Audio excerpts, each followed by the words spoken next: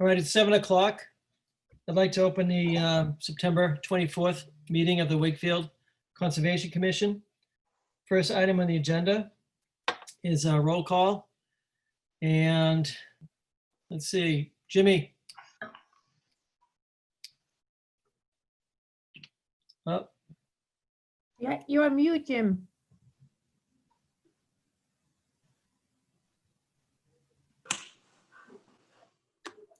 all right, we'll come back. Okay, I'm here now. Okay. Peter, Here. Ken, Here. Frank, Teresa. Here. I already got Jimmy and did I miss anybody? No, that's everybody. We're all here, all present. All right, first item is the approval of the minutes from September 10th. Do we have any discussion or comments on those minutes? And if not, would somebody like to make a motion? I'll move to approve the minutes. Do I have a second? I'll second that motion. Hey, Teresa, your volume's a little low. Mine is okay. Yeah, Is that better? I don't think slightly. you can actually adjust it. How about now? Yeah, you sound okay. Yeah. All right, so I do have a second. Polling second. individually. Jimmy, do you approve Yes. this? Ken, Yes. Peter, Yes. Frank, Yes. Teresa, Yes.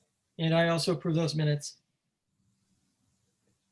All right, first up is DEP 313592. That's 50 Corner Power Parkway. And I see we have John Ogren, we have Brian McGrail present. Would And like Mike Manzo's here also. Okay, yes, I do see Mike also, yes. Yeah. Would you like to lead it off, Brian, or? I guess I can. I'll hand it over to you guys quickly.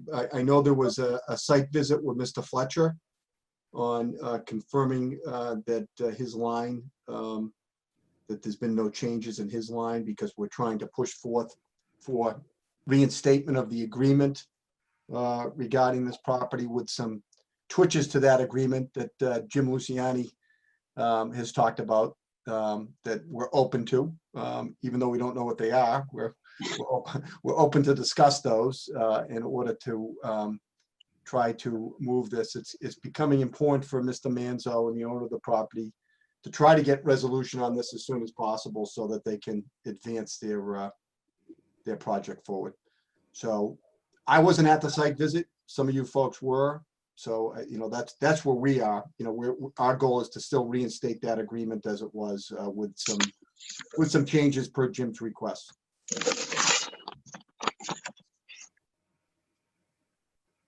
So we're hoping the site visit was conducive to allow that to happen.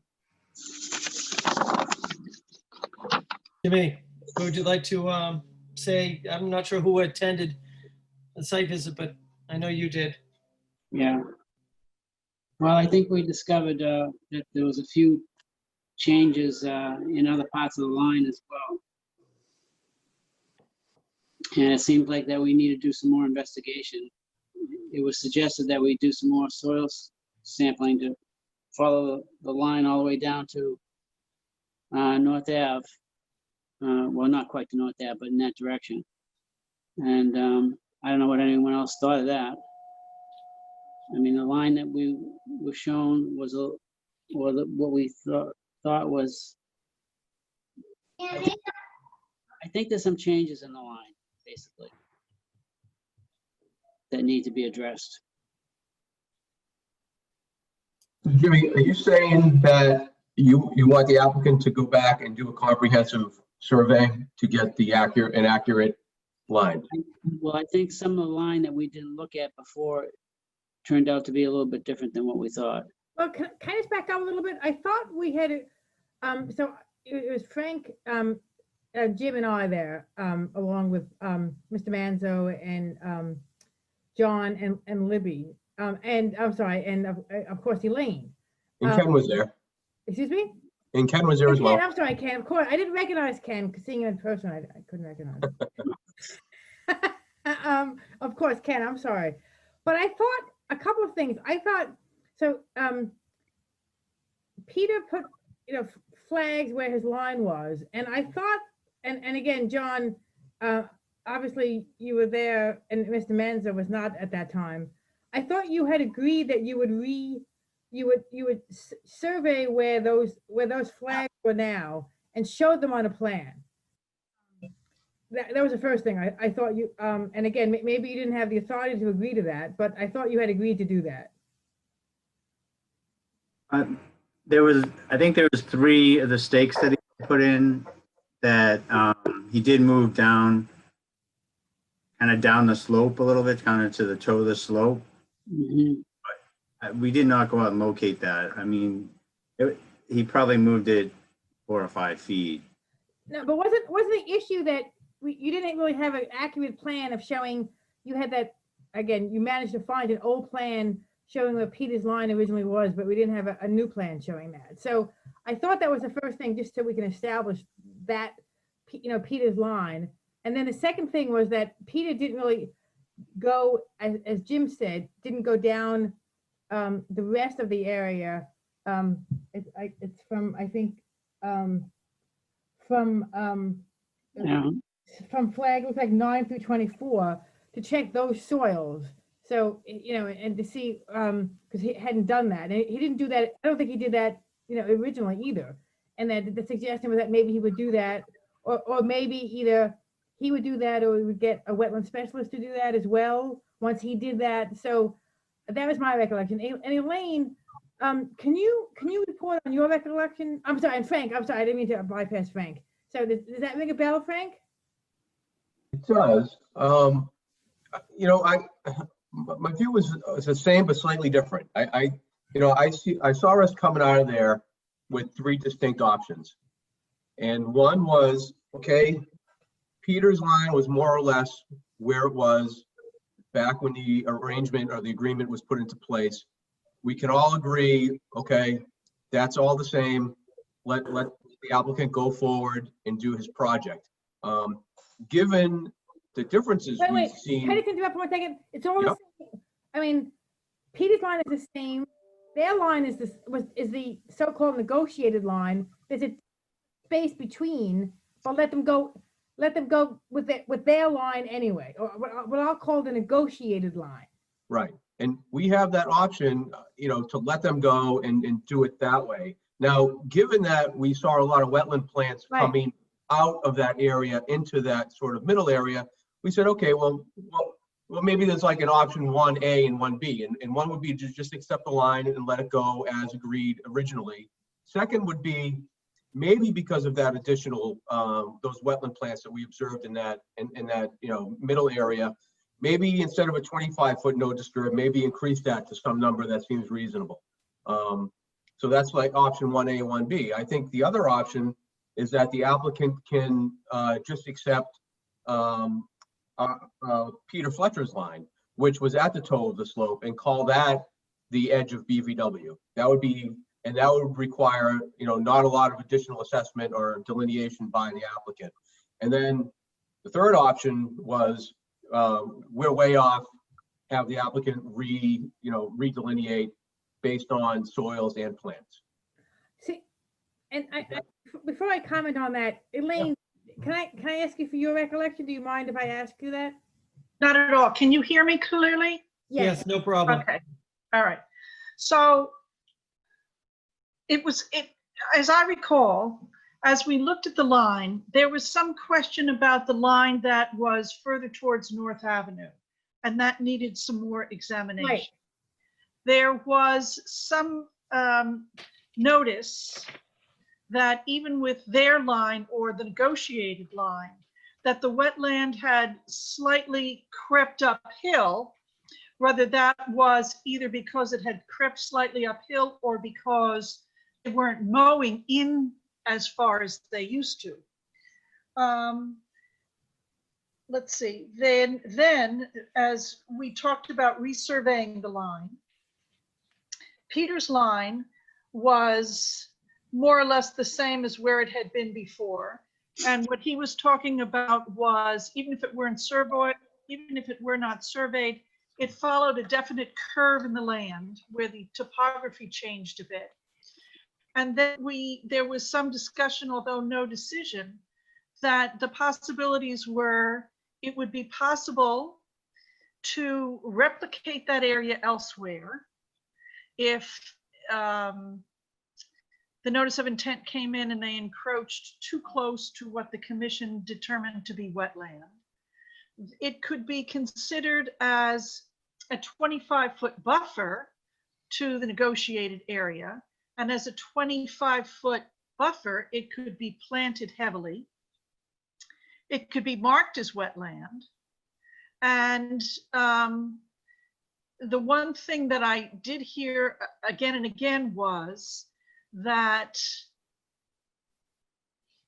it would be a good idea to hire a botanist, because if they were facultative or wetter plants, that plus Peter Fletcher's soil determinations would put that area into the wetland category. So hire the botanist. And that's what I have from my notes. Mhm.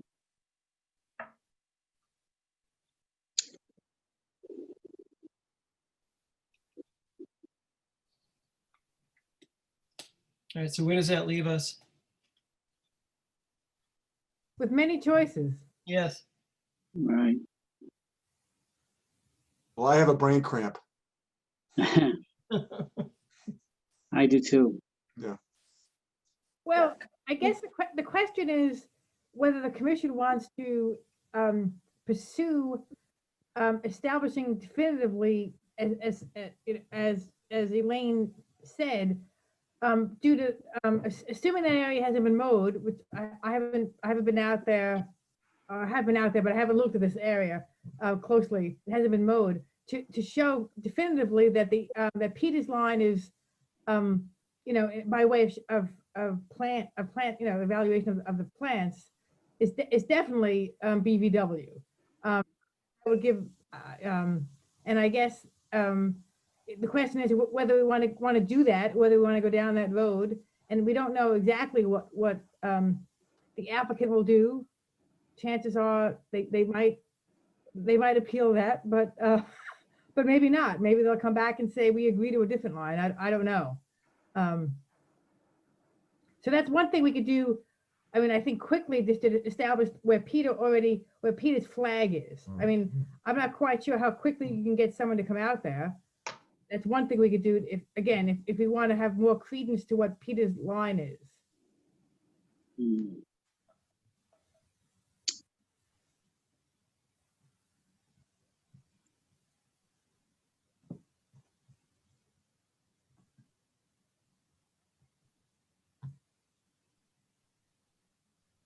Mm. And then we can deal with the other half. I mean, as you say, the portion of the line that Peter didn't really look at before. We could discuss that, I guess, separately as to whether or not we want to do any further looking down there, or whether we were okay with the way it was, and that really the main area of concern is that one area where Peter's flags were. Is it correct that Hayes's line that they put out there would include those flags that were way into the wetland, where within to the cat and nine tails? Those two flags out there that were fairly at least 10 feet beyond the cat and nine tails. You know what I'm talking about? Which flags, Jimmy? Whereabouts? I don't have the drawing in front of me, but the ones in the area. Wetland flag 11, for example, was one that was pretty far in. Right. So if I'm sorry, we're gonna, John, could you put, I'm sorry to interrupt you, Jim. Can you put that plan, or maybe you can, Frank, on, can you share your screen so we can see what we're talking about? I agree, that would be really helpful. Right there. It's not helpful. that doesn't help. I could probably pull it up if, unless, John, yeah, that's easier. Thank you, John. Okay, so I can enlarge this thing. Yeah, so, okay, so which flag are you saying, Frank? I think it's 11 where there was about a 10-foot, it was basically 10 foot in from the vegetation. So what I would be, so if we were to negotiate that line, we would be saying that that line that Hayes has drawn is correct, right? Even that number 10 flag, right? Yeah, that's correct. Okay, I would have a problem with I that. don't, I don't know how you do that. That's it, because it is so far in. I don't know. We'd have to be blind to say that. So I have a problem with a few of the flags that would be. I mean, if we were to consider another line as a negotiated line, I could not go back to some of those flags that are included in Hayes's line because they're just too far into the wetland. So refresh my memory, the HS2 through HS9, were those Peter Fletcher's Yes. lines? Okay. And And those based on the site walk, how did those points, or how does that line line up with what you saw with vegetation? So, very well. It aligned well. And Peter did say he might move a couple of them a little bit down towards. Yeah, I think it was HS2, I think, and I think, But Was it Bob, as well? pretty much the same. yeah, those are pretty consistent with the toe of slope and vegetation. So there were two indicators that was a good line. right. Yeah, I think that line is correct. Well, I don't believe that that's what he said. And in terms of vegetation, I think he said that if, a botanist went out there and took a look, a closer look in terms of the vegetation that's there, that if the wetlands, where the 50% wetlands upland plants was slightly down gradient, that he would revise his plan most likely to follow that. That's what I heard. Okay, but there is no need to bring a botanist in now, though, is it? Because it hasn't been mowed. What's that? Has the lawn been mowed since we've been out there? Not that I'm aware of. And we told the owner to not to mow in that area. They might have mowed out, further out away from the HS mark. I quickly went by it and it looked like the plants were mowed. I don't believe below the HS line it's been mowed. Okay. So John, just a quick question, just to confirm, didn't Peter he did a test pit around HS5, I believe, and he went Yeah, towards He the did like a wetland, transect through here. right? And what he saw, let's use plan top. So if you go up on the plan, closer to the wetland, he did some test pits there that indicated hydric soils. And he did test pits on the other side that did not indicate hydric soils. And the only physical difference that led us to draw that line, based on those two test pits, those test pits weren't on the line, but like I said, we had hydric above, non-hydric below, and the only surface features that we could, look at and understand was vegetation. There was a clear break in the type of vegetation, and there was a clear break in slope. And, he said that's usually a good indicator as to where the change occurs.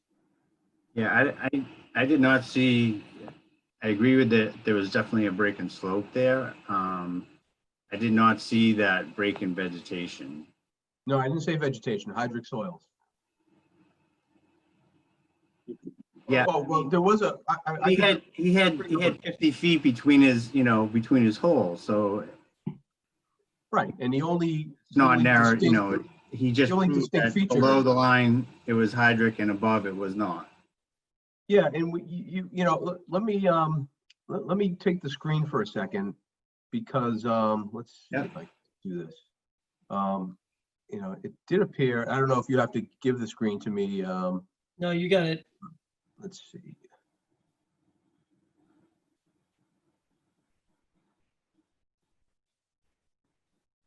Can you guys see the picture of the field?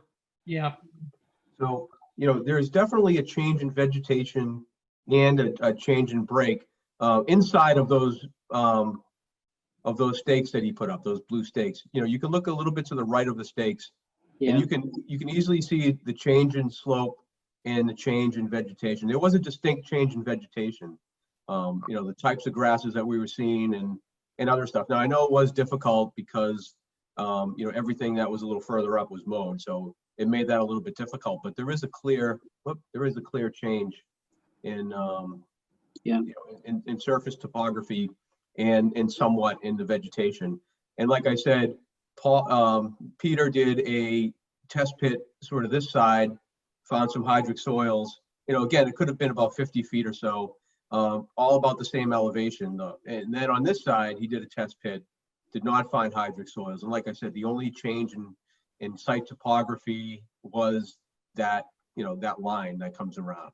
So it seems based on, a couple of lines of evidence that is the line where the toe of slope is. I don't really think that is the case, mostly because of the mowing. And you can see that they mowed on, I would call the wetland side of the HS line, the purple, the blue flags. Yep. And I remember being out there, you could see where they had maybe one time taken a pass further out, and then they came in, and so there was kind of you could see a difference in the cut, I guess. But you can also see a difference in the slope. vegetation. You can see where the slope changes. And I think, yeah, and I think Peter was saying that again, that maybe those blue flags have moved down a little. Yeah, and I agreed with that. I think the blue Yeah. flag should be moved right along this. The this slope. right. Right. And so I think that's what Peter Fletcher was saying too, Right. that he thought. Right, so that his line, it wasn't exactly the same, it would move closer there, but. Yeah. But, Right, but that line that you're tracing out is the edge of where it had been mowed. but it just so happens that, and it I feel coincides. like you're getting swayed by where it's been mowed and not been mowed. As Well, opposed no, to, there's a clear, it's not just the mowing, there's a clear break in Right. topography where Topography it changes, slopes down and then becomes flat. right, And where this elevation is, doesn't look much different from the elevation where they have the initial flags at. I would agree with that. What's that? Know that the vegetation supports that. well, that's what we're discussing, you're right, Peter, you John, you have a different opinion, probably. Yeah, no, I think, maybe one route is to go out and take a look at vegetation in this area. And Elaine, in order for us to be certain of that, we do need to definitively get a botanist out there to identify, is that your understanding, Elaine? Yeah, Yes, if you have hydric soils and facultative facultative up vegetation, it's not a wetland. If it's Right. fac or lower, it is. So that the hydric soils give you the first step. The wetland vegetation gives you the second. And I think Peter was out there to confirm that the hydric soils were there. And we have to do this, we still have to do the second half. And the question is whether we want to do that. And Elaine, how long, I don't mean to put you on the spot, but how long do you think it would take to get a botanist out there to do that? I could call around. I could just call around tomorrow. My guess is, I don't know, I don't think business is booming right now. I think that there would be people with time on their hands. So that would just give us evidence that this really is, again, which we I don't think, when this was done the first time when the settlement was signed, I'm not sure if that was done. I wasn't on the commission then. So we just would have better evidence that it's a wetland and I guess say that we're not agreeing to the earlier line, to the negotiated line. And at least we have some, hard evidence to support that.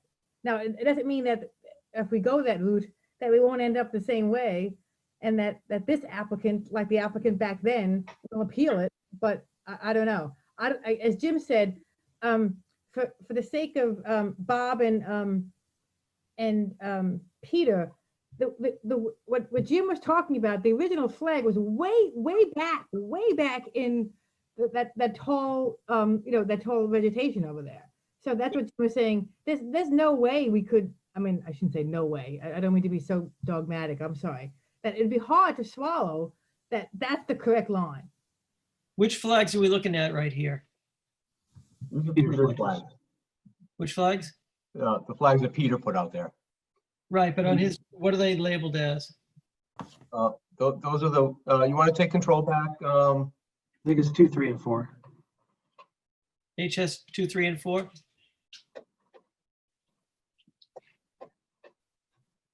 Yeah, John, do you want to pull that other figure back up? Do I have to? No, you don't have to do anything, I don't believe.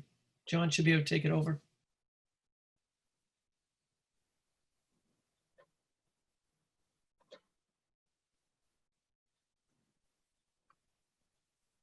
Okay, That's 2, 3, and 4. Didn't Peter move those flags while we were out there? I think towards the end of the day he did. You He know, moved them back to the toe slope. I left before he moved them, Yeah. Jim. But he- Yeah, I'm just saying so that, Right. so that those could be surveyed as they are. And are they still there, I hope? I think all the flags are there. And do you remember, Frank, which flag that Jim was saying was all the way back in the in the tall plant growth? Yeah, I walked off flag 11. I just, did an unofficial kind of just, heel to toe walk, and I got about 10 feet between the edge of the cattails and where the flag was. Mhm. And that was by far the furthest in. I did the same thing at 12, and that was about 5 feet into the cattails. Okay. And then from there was about another 12, 13 feet to the toe of slope.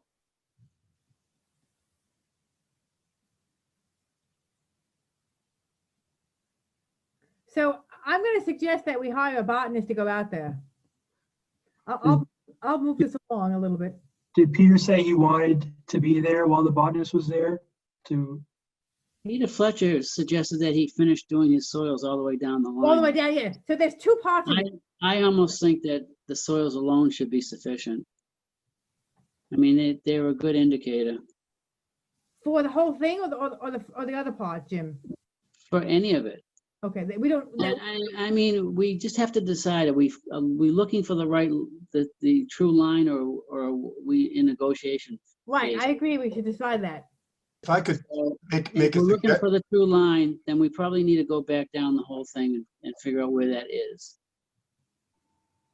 is there a possibility you would consider that to start, Libby from Hayes Engineering, who's a botanist, would meet out there with Elaine and they would look at it together? Pete, you know what? Before, I'm and not to say you wouldn't hire a botanist, but just to start with that. Because they've, Elaine and Libby have delineated and negotiated numerous lines, thousands of lines over the years. I understand that, but for that very reason, I would rather have someone that's new to the project. Well, I mean, I'm not looking for, I'm just looking to move it along and to come to an agreement with the But there's line. no sense in having them come out there and look at the line if we're gonna hire a botanist to look at it again. Well, I was suggesting you wouldn't need to hire a botanist because we Right. have a Well, botanist that works at no, Hayes Engineering. I understand that, but I don't think would be I don't know what the right word is, but unbiased opinion. I think everyone's invested in this thing to some extent. I think you need new eyes to look at the plants.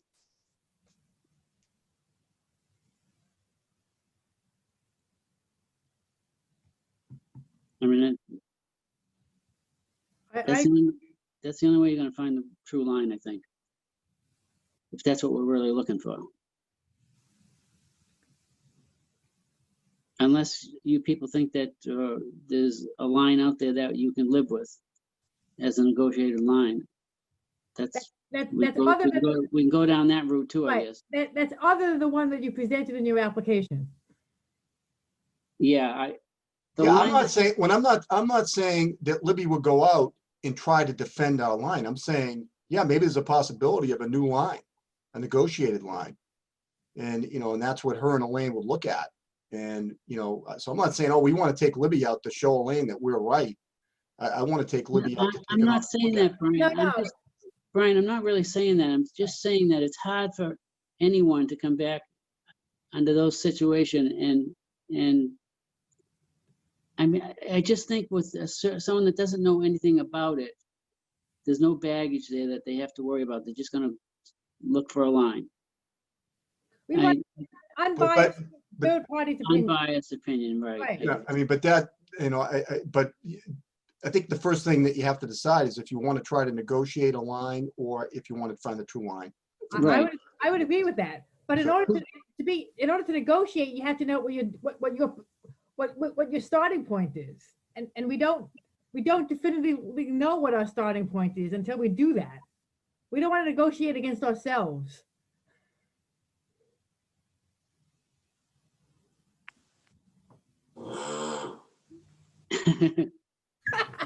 That was a good period on that.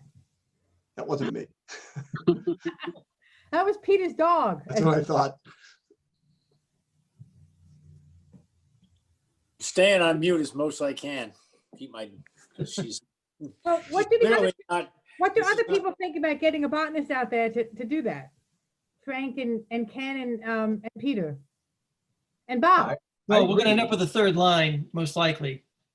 Well, I don't understand, once we go and do this exercise, what is there to negotiate? Again, I don't really care about, I mean, it's good input and, it's a way to get the project done quicker and it's been negotiated before and we have some precedent, but, ultimately, I just want to get the line correct. Correct. That's really, Mhm.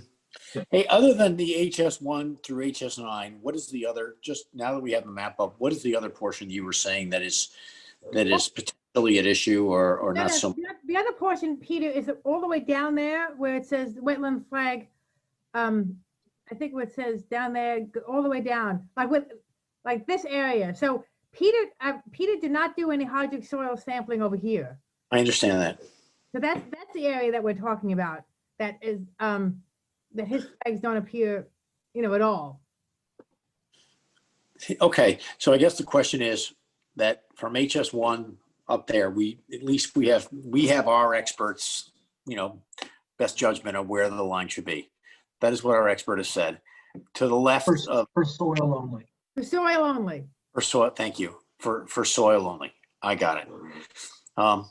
But we certainly see and we certainly see evidence of wetland vegetation. But that's just our our observations. Now going to the left, I guess what I'm asking is, do we sense that any differences, for the remaining portion of the line, are they likely to be relatively minor, a few feet here or a few feet there, or do we think that we also have equally material issues with respect to the remaining portion of the line? I just want to understand whether this is just half of this, or is this 90% of the issue here? I think, again, I'll speak. I think 90% of the issue is up above, not here. But Okay, thank you. Peter, That's what I. yeah. But Peter pointed out that he would have to do hydric soils. 'Cause again, it's my understanding that he didn't even look at that section, years ago, Peter. No, he didn't. No, he didn't. Right. I understand. Therefore, But our gut reaction is that 90% of our Sure. and which is another way of saying that we think everything sort of to the left on this picture of HS1 is, if it's not correct, it's not too far off. Is that I just want to understand that whether we're whether we really have two battles or we have, or two disputes, or whether we really have one dispute. And it sounds to me like we, for the most part, have one dispute. I would agree for the most part, we do.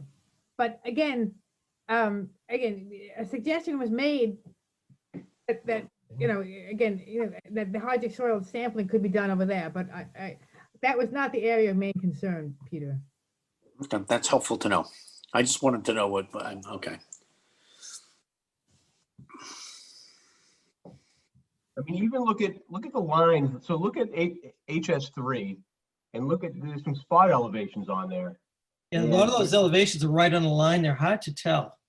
Yeah, so there's a right above, you can see that 81 line. We actually have an 8074 At HS3.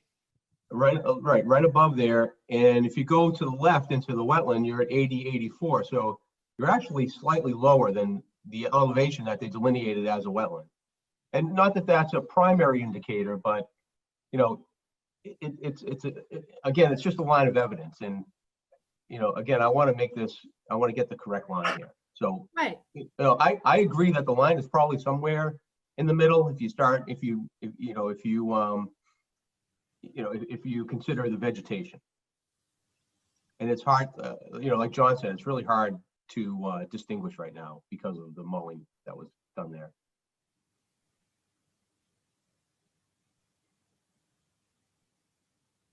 So I come back to, again, whether we want to decide, and I'm asking, we know how, I think we know how Jim feels, right? And you know how I feel. How do others feel? I'm still confused. If we find a new line, is negotiation not in play anymore? We don't know that for certain. The first step would just be to find the new line. How's that, Ken? But if you find a new line, okay, but you're saying it can be negotiated, even if we determine the line by soil and If we decide to vegetation. do that, I guess, right? I'm not saying we will, but Is that possible? Is that something that can be done? That's all. Because if it can't be done, there's no point in putting it out there. So my opinion on that is, I think according to the regulations, you can't negotiate a line. However, there's a precedent, and that it was confirmed by Mass DEP that they would accept that line. So, Okay. and if we're challenged on that, which we could be, because this is obviously a high profile area, and someone challenges the Concom on their delineation, we could say, well, we have an opinion from Mass DEP that supports our opinion. It might be 10 years old, but it supports our opinion. Not a very comfortable position, but defendable. Again, I'd rather stand behind the science than a negotiation. Now, with that said, if we agree, if we say that the line is that HS line and it is brought back to DEP, that they appeal to DEP, DEP may just simply look at the file and go, oh, well, we already addressed this. Yeah, but they wouldn't do that. They wouldn't do that because the line is like 9 years old, and that doesn't even follow the regulations. I can't tell you what DEP will and will not do. I've seen some stranger things from DEP. But I'm just saying, that's just something to consider, that's all.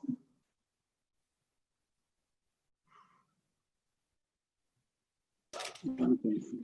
Well, if we have to find the line, then that's what we should do, is find the line. right, I agree. We should- Get How long Peter would it take- Fletcher out there. I would get Peter Fletcher out there, let him do the soils first, and if that's not definitive, then add in the plants. So Jim, can I just run, in the interest of, obviously it's time sensitive for the applicant. So let's play out a couple of scenarios. We have a botanist out. He says the line is definitely the toe of slope. That's close to where Peter drew his line last time. Let's just keep the other part along, closer to North Ave out of the equation for now, because I think this is the more sensitive area. Let's say that, the botanist says, oh, that's definitely the line based on vegetation. Where are we at that point? Are we can accept the negotiated line at that point, because it's not much different than our original line that we thought it was, right? Is that a true statement? You Yep. don't negotiated, you mean Peter's line. Well, no, I'm saying if the botanist confirms that that line that Peter drew Uh-huh. is the actual wetland line, Oh, can we default to the agreement? Because that's about where it was drawn last time, right? Where Peter thought it was and where we thought it was. well, Is that- that's a variation of Ken's question. Can we, No, that's not right. right, Yeah, this is not a matter of, this is not a matter of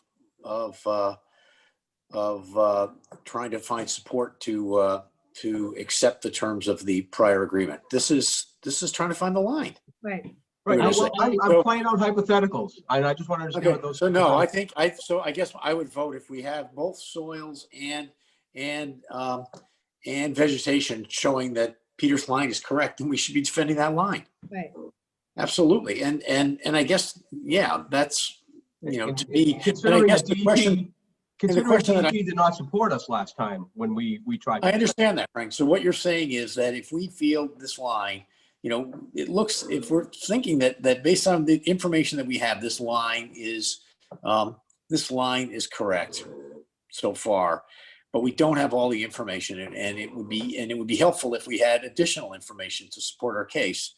Then we should look at we should do an evaluation of the vegetation with a botanist, and I think we should, I think we should put in the minutes that John did the owner not to mow in that area. And I think we should send them a letter saying, please don't mow, so we can let the vegetation grow for some period of time and bring a botanist in and look at it. Doesn't that sound reasonable? Yeah. Yes, that sounds reasonable. So obviously the botanist job will be easier if it's not mowed. And so clearly it should not be mowed. And if it has been, we should walk out and see whether it was mowed, because John told the owner not to, and I want to see whether it was or not, actually. Because it seems to me like that's what we gotta, that what we're seeing here is something that says that we're not in a position to accept the applicant's. Okay. Yeah, So you answered my question. So that hypothetical situation where that line is confirmed along the HS line, then it sounds like most of the commission will not accept the negotiated line, which is back on the, back within the cattail wetland. So, all right, now, so what is the other option at that point for the applicant? The applicant can either, they would have to accept that line. Right. We get the right line. The right thing to do, I think, is to find out what the right line is and go with Okay. it. Okay, so I think any idea of accepting the previous delineation is out right now. Again, I just want to eliminate options for, for the applicant. I And think, not lead, because I know we've been guilty of leading some applicants down roads and then turning back, but, I just want to make sure there's a clear path forward, and, we're confident in, in the way they proceed. I'm sorry, so you're saying we're rejecting the old line? That's what it sounds like. It sounds like most of the commission is in favor of rejecting it based on recent observations that it's too far back into the cattails. And I guess negotiation is off the table. Is that what I'm hearing? And without taking a vote, it sounds like we're in general agreement with that. Well, there could be negotiation, but I think we don't know what we're negotiating. We don't know what the right Right. line is. We need to find There's out. no- Again, I gave a there's no hypothetical sense- situation. The hypothetical is the line equals the HS line.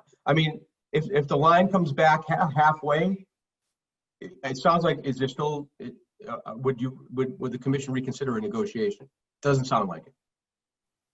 I don't think you should be worrying about that. Yeah, think you I should agree. I be think we should focused- find out what the I think line. you need to be All right. focused. I don't think your hypotheticals are helpful, Frank. No?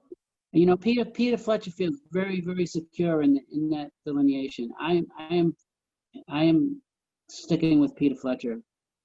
I think I'm not worried about that line that Peter put out. I think that's the right line.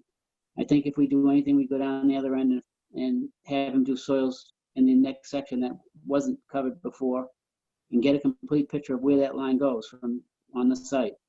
Yes. I think that And then makes as far sense. as negotiating, don't even worry about that. If something like that has to happen, we have to talk to Tom Mullen and see how that gets done, if it gets done, or what the right thing to do is there. I'm not a lawyer. I don't know. So is the appropriate thing to request them to, I mean, we can either go out and come up with our own line, or do we have Hayes go out and, again, with Libby and, I'm whoever else? opposed, and- I'm really opposed to that. And I think it's Well, soils, and I think Peter Fletcher is. we have to confirm the line. We don't create the line. What are you So, talking about?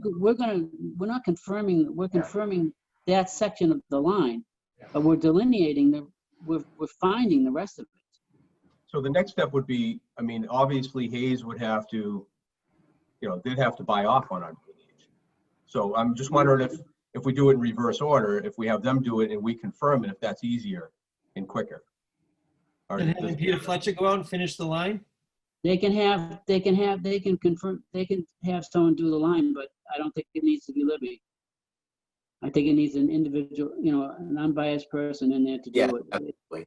Whether it's Peter Fletcher or another person like Peter Fletcher. Peter is a soil scientist. He knows, and this is an altered site.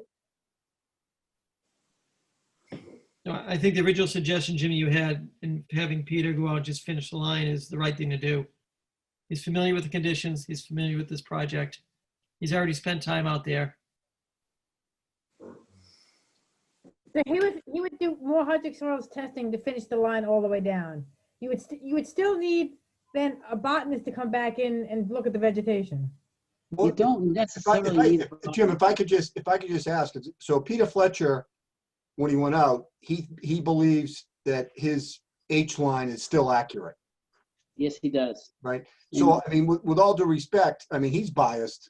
If you're talking about who's biased, he wasn't independent.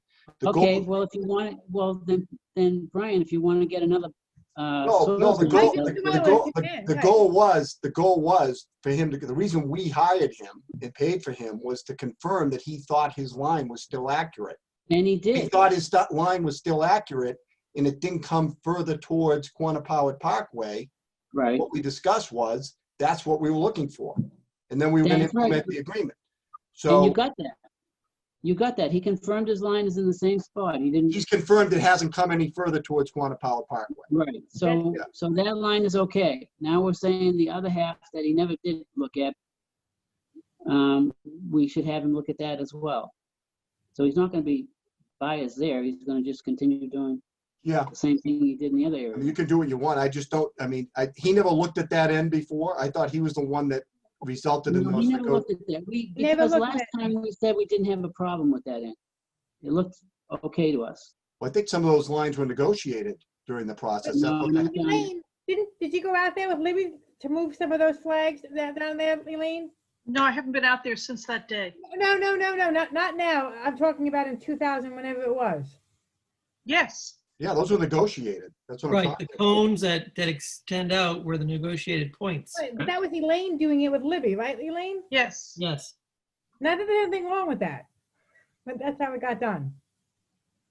I mean, I mean, at the last meeting, when we agreed what we were gonna do, those weren't at issue. We all agreed that those weren't at issue. Now we want to start going down there. So that's, No, at you the know, last, no, Brian, at the last meeting, Frank had some questions about, I remember him saying, well, shouldn't we just check the rest as well? and it was agreed that you shouldn't. Yeah, I remember the meeting. I have notes from the meeting. Those lines were agreed at the last meeting going, we had no problem down there. And that's why we didn't send Peter Fletcher out there when he came last Wednesday, whenever he came, because those were fine. Now we're moving, with all due respect, we're moving the target here. We're not moving the target. I mean, we're trying to find the right line. But we agreed at the last meeting that there was no issue down there. Now all of a sudden we're saying there is, or potentially is. Well, And We it were has gonna to send stop some- at some point. yeah, it stops at the end of the property. I mean, I'd just like to hear the other commissioner's position on that, because I've got clear notes that we had no issues down there. Now all of a sudden we want to start doing soil samples everywhere. I think one of the changes or differences was that we saw that cattail line as being different than the negotiated line. So we saw some changes in the line in other areas as well as in this newer area to the west. So that was the difference between last week where we hadn't met and we hadn't looked at anything versus this week where we saw it in the field where there was changes in different places. No, I agree, Ken, but that's up in the H area, not down near flags 17A all the way down to 26.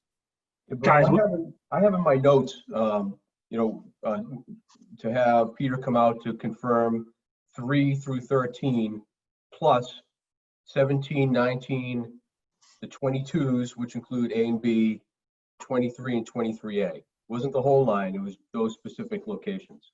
I have that explicitly in my notes, written like that. That was a meeting from 8/13.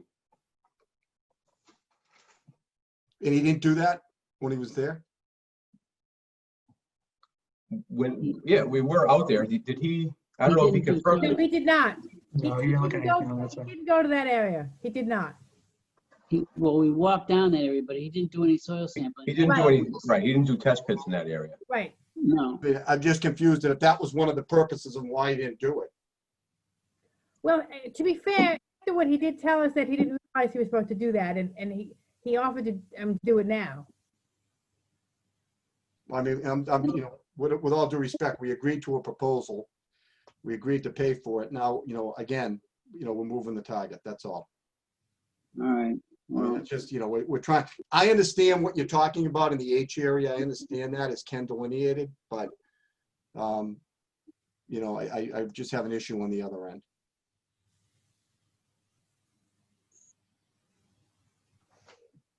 Jim, it seemed like he didn't need to do test pits. Why did he not do the test pits? Do you remember specifically why he didn't do that? because wasn't he leaning towards having it delineated using vegetation?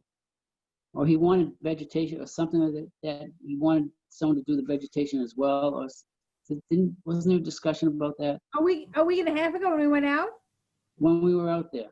Yeah, he did say, Jim, that you might be able to get someone to do, I mean, again, I'm just paraphrasing what my memory is, that you might be able to get someone to come out that did both, that you wouldn't need him plus a botanist, right? I mean, I think it's, But he He saw some wanted side by indicators. side. He wanted the two data sets at the same time. He wanted the soils and the botanist to Right. look at it all together, Okay. or at least have two different people, but at the same time. What was his opinion that it wouldn't be useful if he did do them without having the vegetation observation at the same time? I'm trying to remember the exact reason he didn't advance any test pits. I don't think we ever asked him to do any test pits down there. you mean the first time, at the time, in 2000, whatever it was. No, just when we were out there last week. He misunderstood. I don't think he knew, we wanted him to do test bits down there. But I vaguely remember him saying that we could do them. However, it would be inconclusive because in that area, he thought that vegetation would be more of the indicator. I could be wrong. Does anybody else have that recollection? Yeah, but I think he ultimately suggested that he go out there, Frank. Okay. Can I just offer something up in terms of the test pits versus flagging the vegetation, especially if it's something that we're looking to do in the flags from 17 on to like 27. I think in that area, the vegetation is a better or an easier indicator. There was a lot of talk about elevations, and if you look at elevations of his HS line, it's, probably 81 and a half, somewhere in there. Yeah. If you look at the wetlands flags in the area we're talking about, 17 and on, it's about that same elevation Yeah. line. So, from that standpoint, as far as taking the other information that he was so, he seemed to be hanging his hat on a lot of other information other than the hydric soils, then that's certainly an indication that you're probably not going to find the hydric soils in that area. And I don't know that there's a big advantage to doing soil holes in that area. Well, John, I absolutely agree with you with the contour, with the elevation. They usually follow a contour, and yeah, I can see it is following a contour pretty well. You know, one thing that he didn't address that I had brought up to him was, you know, if hydric soils, this area was obviously filled. I don't think there's anyone disputes that. What if hydric soils were brought in? And that would not be that crazy, because there were areas that they filled that were wetlands in this area when, you know, 128 went through and such. So if there are hydric soils that are brought in, they're going to stay as hydric soils.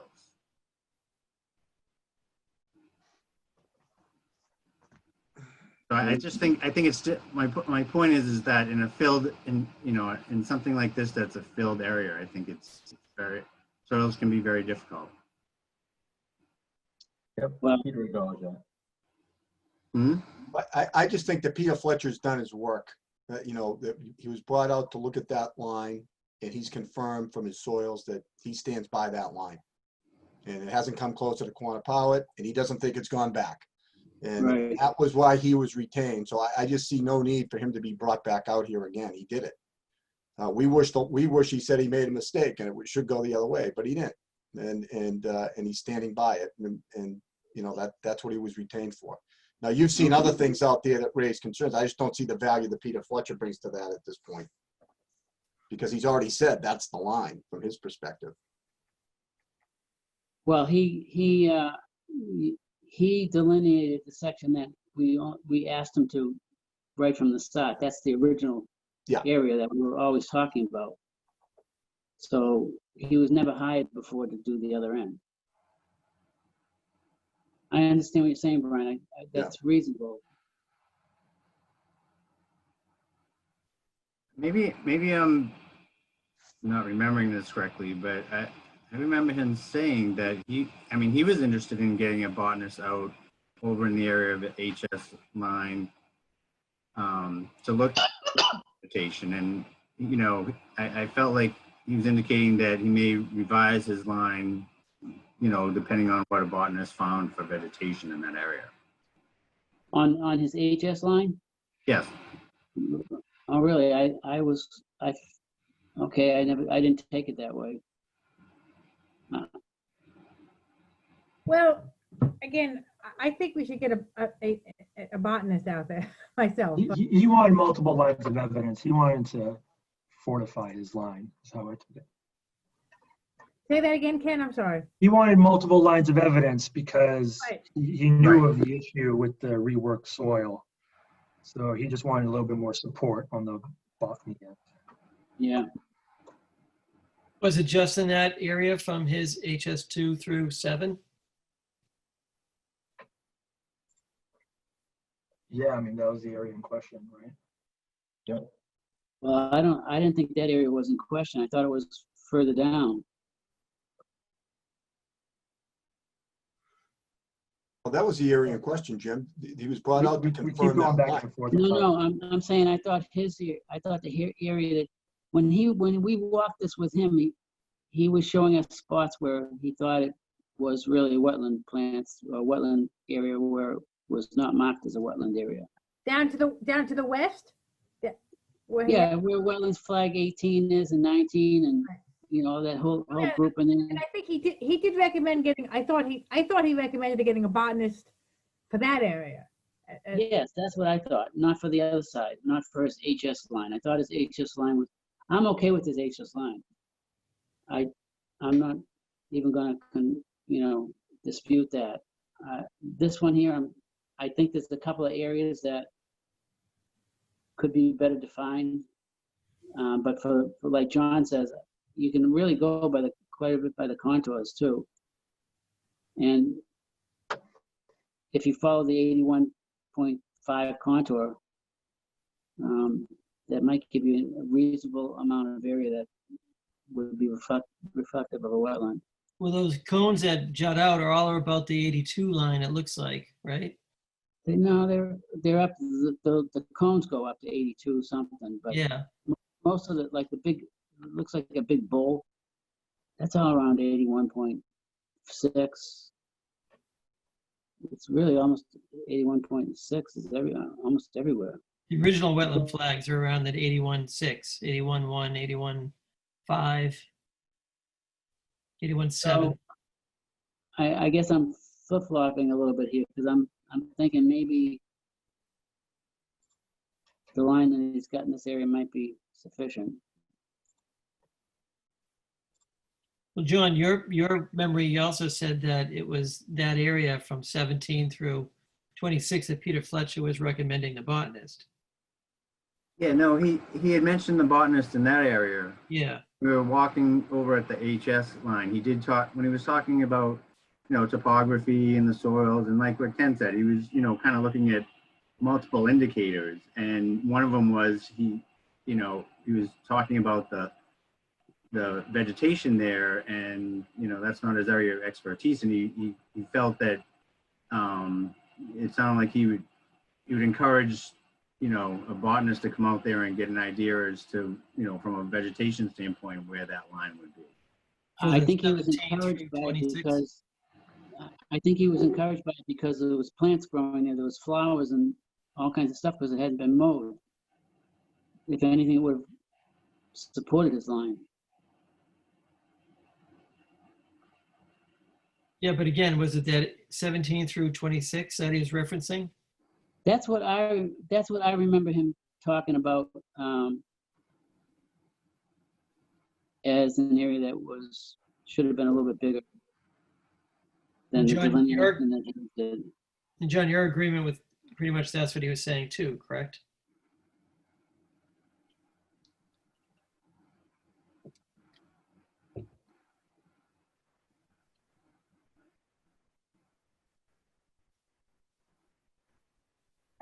Was that the consensus that Peter was recommending a botanist for that area, 17 through 26 only? I don't, that's not my recollection, but we have different I recollections. didn't hear that. Yeah, I didn't hear that either. Ken, what do you think? I didn't hear him say that. I think we were bouncing back and forth on topics so much. I know. Yeah. I think we're all standing in the circle right by that contour, the 17 through 23, and that's where we're doing all the talking. I thought because of the reworked soil, difficult conditions, that he was talking about the plants as well Yeah. No, he was. by the Right. by the HS series, just because he kept going back. I'm seeing what I'm seeing, but because of the difficult conditions, like John said, Hey, it'd be he wanted a botanist to come out for both areas, right? That was my recollection. at the very. I thought at the very least the HS series. I don't know about the other side. Okay. Yeah, definitely for the HS series. I thought too. I guess So what that's I'm why a he little dug his bit, holes that he wanted to confirm. And guess- Elaine, I'm sorry, Brian, go ahead. no, please, I go I right was ahead. gonna ask Elaine, I'm sorry, I'm gonna ask you if you have any, is that your recollection that he said the botanist should come look at the whole thing? Yeah. Yes, right, Elaine, okay. So I think that's where he ended up. Yeah, I'm reading his report right now. And here's what he says. At this time, my recommendation is to have me delineate the hydric soil line starting at their WF 12 through WF 26. That's his recommendation. I would then suggest that the commission contract a wetland scientist with expertise in wetland plant identification to confirm the extent of the wetland plant community. Yeah, it's hard to tell from that if he meant the whole thing or just the other parts. Yeah, but it's in the same paragraph as specifically saying wetland flag 12 through 26. Yeah, I don't know. I know that's what he said in his report, but I'm not sure he said that then.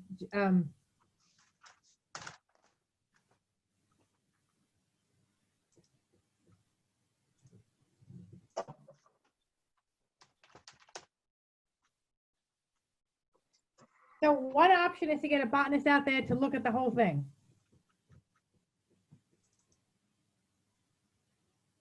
Um,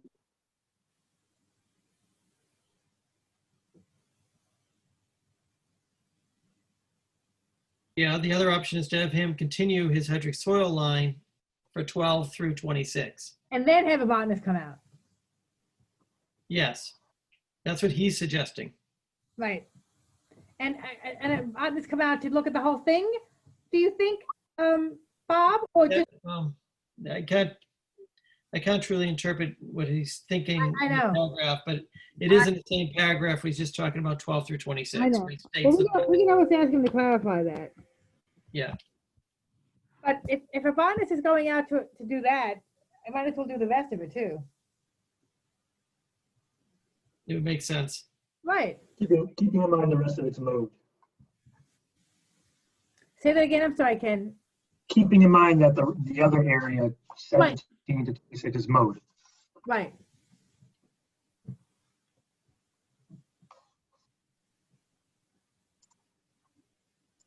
I mean, I know, I understand, Brian, if you're concerned about additional cost for him to come out and do that.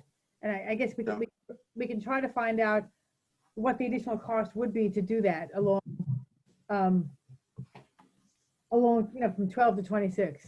No, I appreciate that. I think what I'm,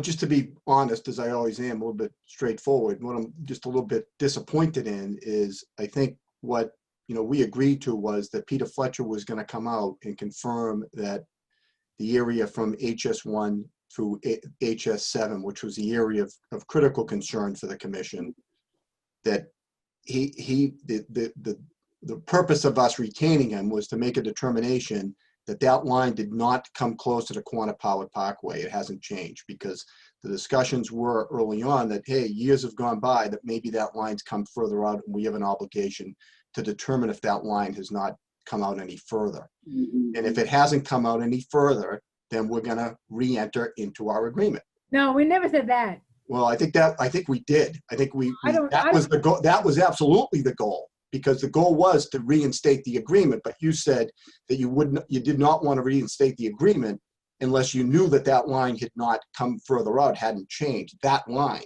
Well, So if I could finish, please. Sure. So that line now has been confirmed by him that it hasn't changed. So that's why I'm just, that's what bothers me, because, from my client's perspective, in good faith, he hired him to confirm that that line hasn't changed.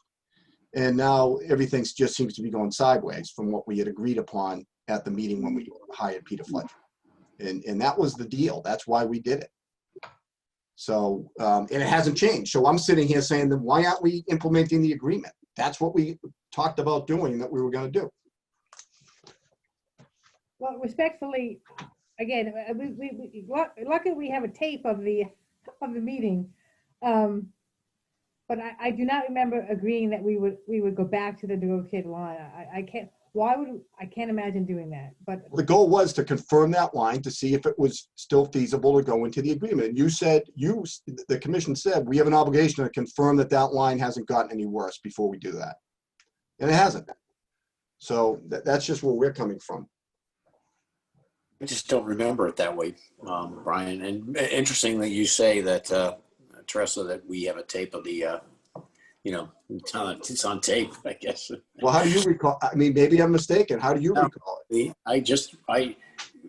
We had talked about the agreement, and one of our, and I remember we had talked about the agreement, and you had even brought up, which is absolutely true, that if we were to not go with the agreement originally, then we had something to lose. We could be worse off because you guys could win with the DEP. And certainly if you had to go to the DEP and appeal, you were not going to pay us $55,000 to boot. And you were right about that. And so I guess that I always thought, based on that conversation, that we were that none of that was agreed to, and that was not the one. That course of action was on the table, that we would disagree, decide that we wanted to support the original line. We could lose, and then then we're not, you guys are not bound to pay us anything that you were going to pay us if we had agreed. I don't think we ever talked about taking it back to DEP. No, you No, said. that was never our goal. That's It's why true. we, No, but I remember you making the comment, which was, by the way, an absolutely accurate comment, that you can't have, we can't have it both ways. We can't say, hey, we'll see if we can get a better line, and if we lose again, then we'll sign the agreement. No, and that's why, in all just- good faith, that's why I thought it was just that we're gonna confirm with Peter that line hasn't changed, and if it hasn't, then we're good to go. That was my impression. Maybe I was wrong. Maybe I don't remember it correctly, but that was And my. you know what? But I think what is true, John said something that rang true with me. This, when you have, what was the word we used? Not disturbed land, but there was a word that someone used. When you have that, soils are tricky when you have land that is, and then I forget what the word was. Disturbed, Phil. Disturbed, filled, yes. And so we're in, I guess, in fairness to everyone, we're in a complicated situation, and it is complicated, but that, and that's, and I think it's the complicated situations where we need to rely on experts more than we do in uncomplicated situations. So now I think what happened is you saw some vegetation out there, which I understand that, in all fairness to the commission, you didn't know about before, right? So, what I really don't understand Hayes Engineering has been doing business in this town for how many years with an impeccable reputation? And now to say that, you don't want Libby to go out, I just don't understand that. She's a qualified botanist. So can I ask you, Brian, would you want Libby in the position of saying, yeah, I disagree with my client's original line? I don't know if she will. No one does. Well, as I'm saying, but you're putting her in that hostile position. That's Don't come back to the office. right. I mean, that seems like an untenable position to put her in. That's my thought would be that the first step would be, you're jumping to the conclusion that, it's wetland, it is plant. No, but I'm saying if it were, I'm saying if it were, it'd be tough for her to say that. I realize that she's a professional. Don't get me wrong. But nobody knows what's out there. Going back to what the original goal was when Peter Fletcher was hired, and now from what you've seen out there, my suggestion was simply reserve your right to say, hey, we need to bring an independent botanist in.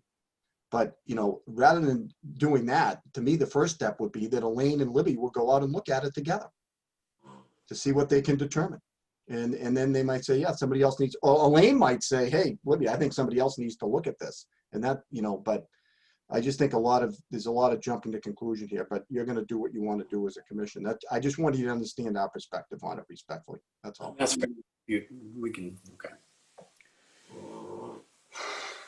Elaine, And the last thing is, I just don't, the other end is just, again, I didn't think that was an issue, and that's but maybe I'm wrong on that, but Jim, you had a question for Elaine?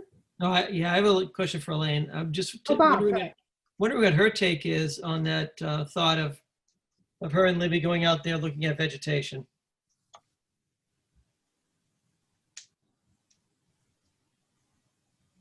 I think it can't hurt to have that happen, could it?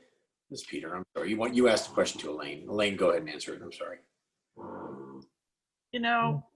It is a controversial site. It is a site that isn't easy to delineate. Given the nature of grasses out there and how difficult it is to tell one grass from another, I would prefer to have somebody who's more of a wetland scientist than I am. There are some delineations I feel very comfortable doing, but I think you need somebody. Mm-hmm.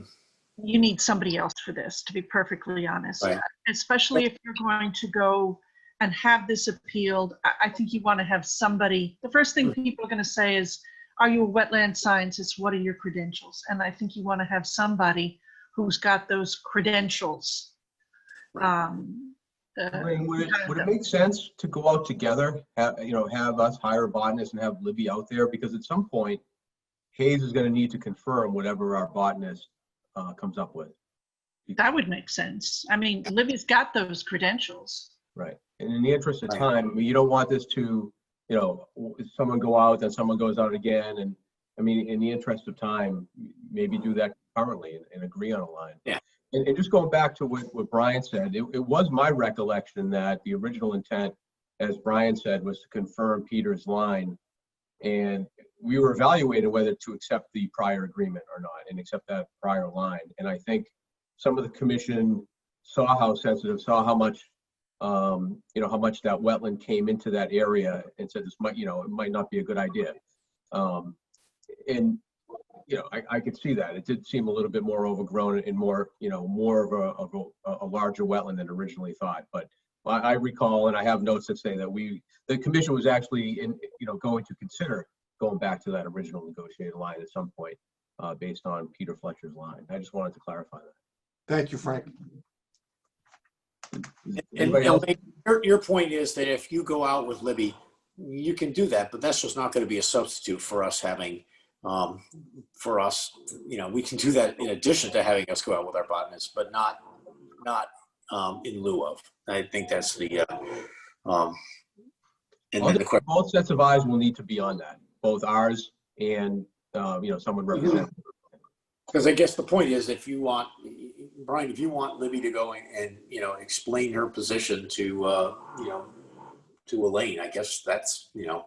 No, at the end of the day, I think what Frank just said makes a lot of sense. Okay, good. I don't think it makes- And Peter, I don't think your dog is going to die of stress.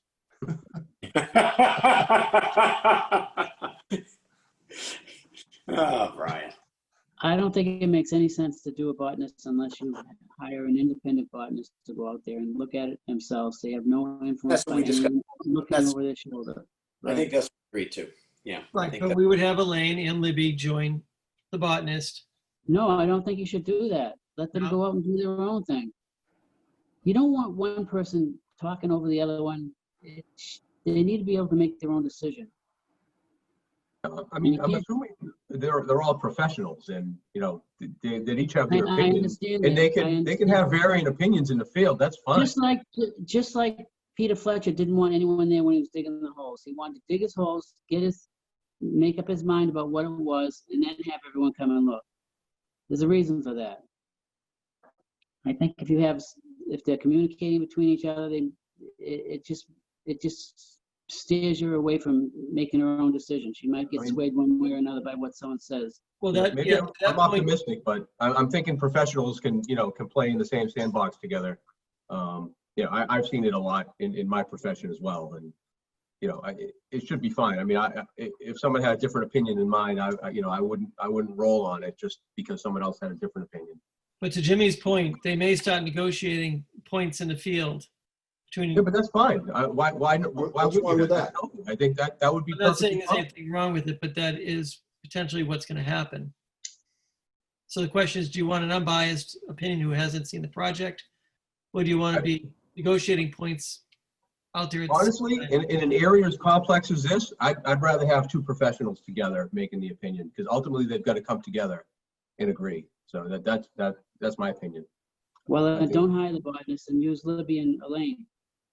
Well, Elaine, admittedly, she doesn't have that. Well, expertise. not yet. I disagree with that, Jim. I think we need to have, no, I mean, now we're talking about a process point. We're talking about, we're going to hire a botanist. If the botanist says you know, he or she would prefer to have some time to, you know, take his, you know, to think about it before, you know, here's Libby. She's had a lot of time to go out and study this on her own.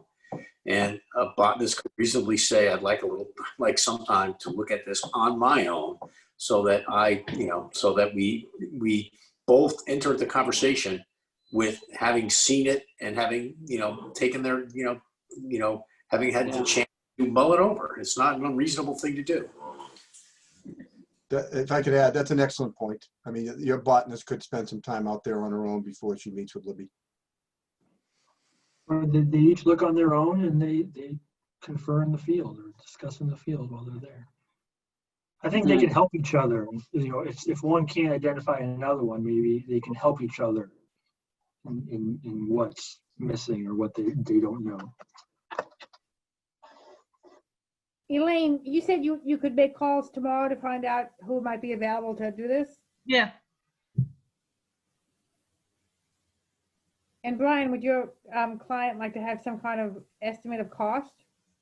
Well, I was hoping that the Conservation Commission might consider this cost because it's certainly an unanticipated cost. And, you know, we've offered our resources with Hayes, so he's paying for that. I don't know what your ability to do that is, if you have that or not. Well, we have the authority to ask you, I know you know this, Brian, to ask you to pay, your client to pay for it. I know you do. I'm asking you to consider, not I that, understand. that's all.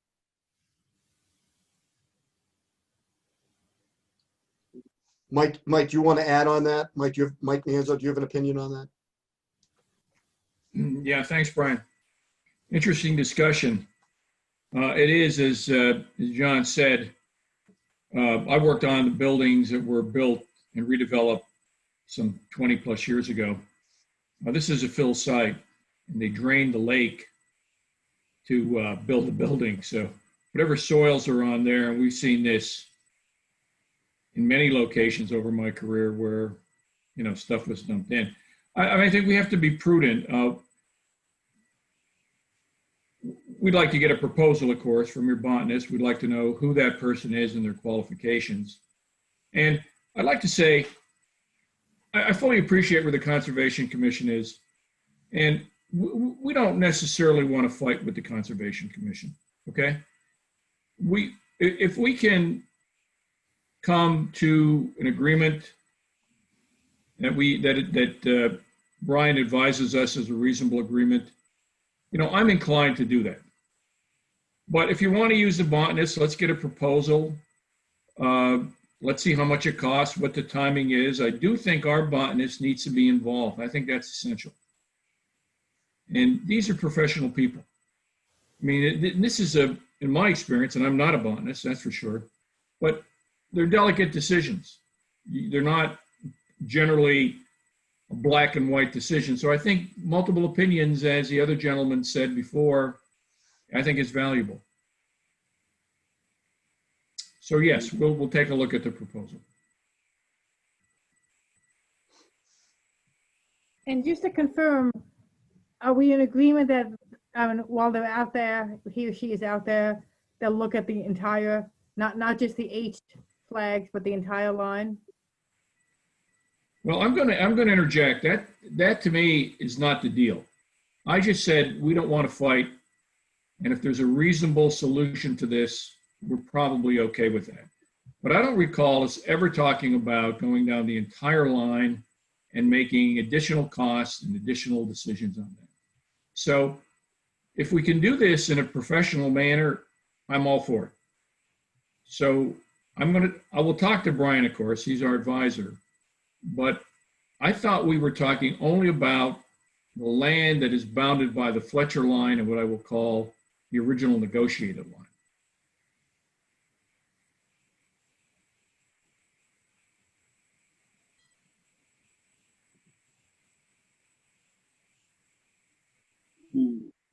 And I guess one question would be if they're willing to accept that line, is the commission okay with having that be the wetland line? I would be comfortable with that. From flag 17 on, was that what you're saying, Frank? What's that? From flag 17 on, or the whole, Yeah, I mean, it's definitely difficult on the North Ave side. You know, and we have a couple of outliers that, you know, that we identified before. And, you know, I think that looked fine. I didn't know, you know, we did want a little bit of confirmation down there. But, you know, I mean, if the applicant is willing to accept the HS line, you know, whatever it is, through 9 as the BVW line, I mean, I'd be comfortable with that. And you know, we could stop there. But I mean, obviously, you know, everyone wants to talk and make sure that that's the correct, you know, the correct decision. Well, if I can ask on that, and thank you for that point, Frank. So from a practicality perspective, so, Commissioner Luciani said that he's sure of that line after Peter's Fletcher's out there, so he's comfortable with that line. So, let's, for example, say, just for discussion purposes, without anything beyond that, and I certainly would have to talk to Mr. Manzo because I haven't had an opportunity with what I'm going to say, but let's say we said, hey, we'll agree to that line. Would the commission be willing to consider flexibility on the 25-foot buffer? Because if you take that line and then you put the 25 feet on top of it, that probably becomes problematic. So if you agree to that line and there's flexibility in that 25-foot buffer, maybe there could be a real solution for everybody here. And maybe you can't answer that now, but that's something to consider. I would, for myself, like I said, I believe the Fletcher line is right. But if you wanted some relief on the 25-foot no disturb, I don't know if there's any enhancements you can do in place of relaxing that standard. Is there anything else that you could do down the other end, do you have an area where you could expand a little bit? Is there other areas along the line that could be better populated with wetlands plants? I don't know. Maybe. Is that something you'd But be Jimmy, able the answer to the do? question is we would consider it if we could find something that would replace its value. I think so. We're willing to discuss it, but would that thought get implemented into the into the ANRAD? Probably not, right? That wouldn't be a I condition. don't know how we do that without seeing what to build it with. Right, that's all. And again, that would be the next step. That'd be the next step. Well, I think what would happen is probably, if that were the case, then, and again, and Mike interject if I'm offline here, or off base, I should say. But if that were to be the case, then probably what we might do is forego the delineation and go forward with a project with a notice of intent based on that HS line.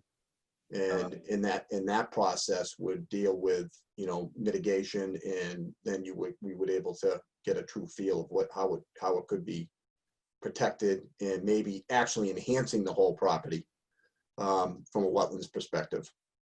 That's probably the more appropriate way since there is no notice in front of us. Yeah, that's a great idea. So we And, just yeah, we would be would able draw to. this. We would draw this application. We'd all have an understanding of where this was going to go, and then you would see a notice of intent with the project. Yes, certainly, just some ideas off the top of my head. That's a large wetland area that's been mowed for a long time, in that area just above the HS line. To see that turned into more of a wetland, I think would be a lot better than leaving it as is, just creating a 25-foot no disturb. So I don't know what the other commissioners think, but You're saying do more vegetation, I'm sorry, in between the H line and the negotiated line, and that little. Yes, exactly right. And I think that would be a lot more valuable than just having a 25-foot no disturb. So, that would be one idea. Like you said, Brian, some other, like Jimmy was saying, maybe over towards the North Ave area or other areas, there might be some areas for improvement. So Yeah, I think there would be areas over there. That's my guess.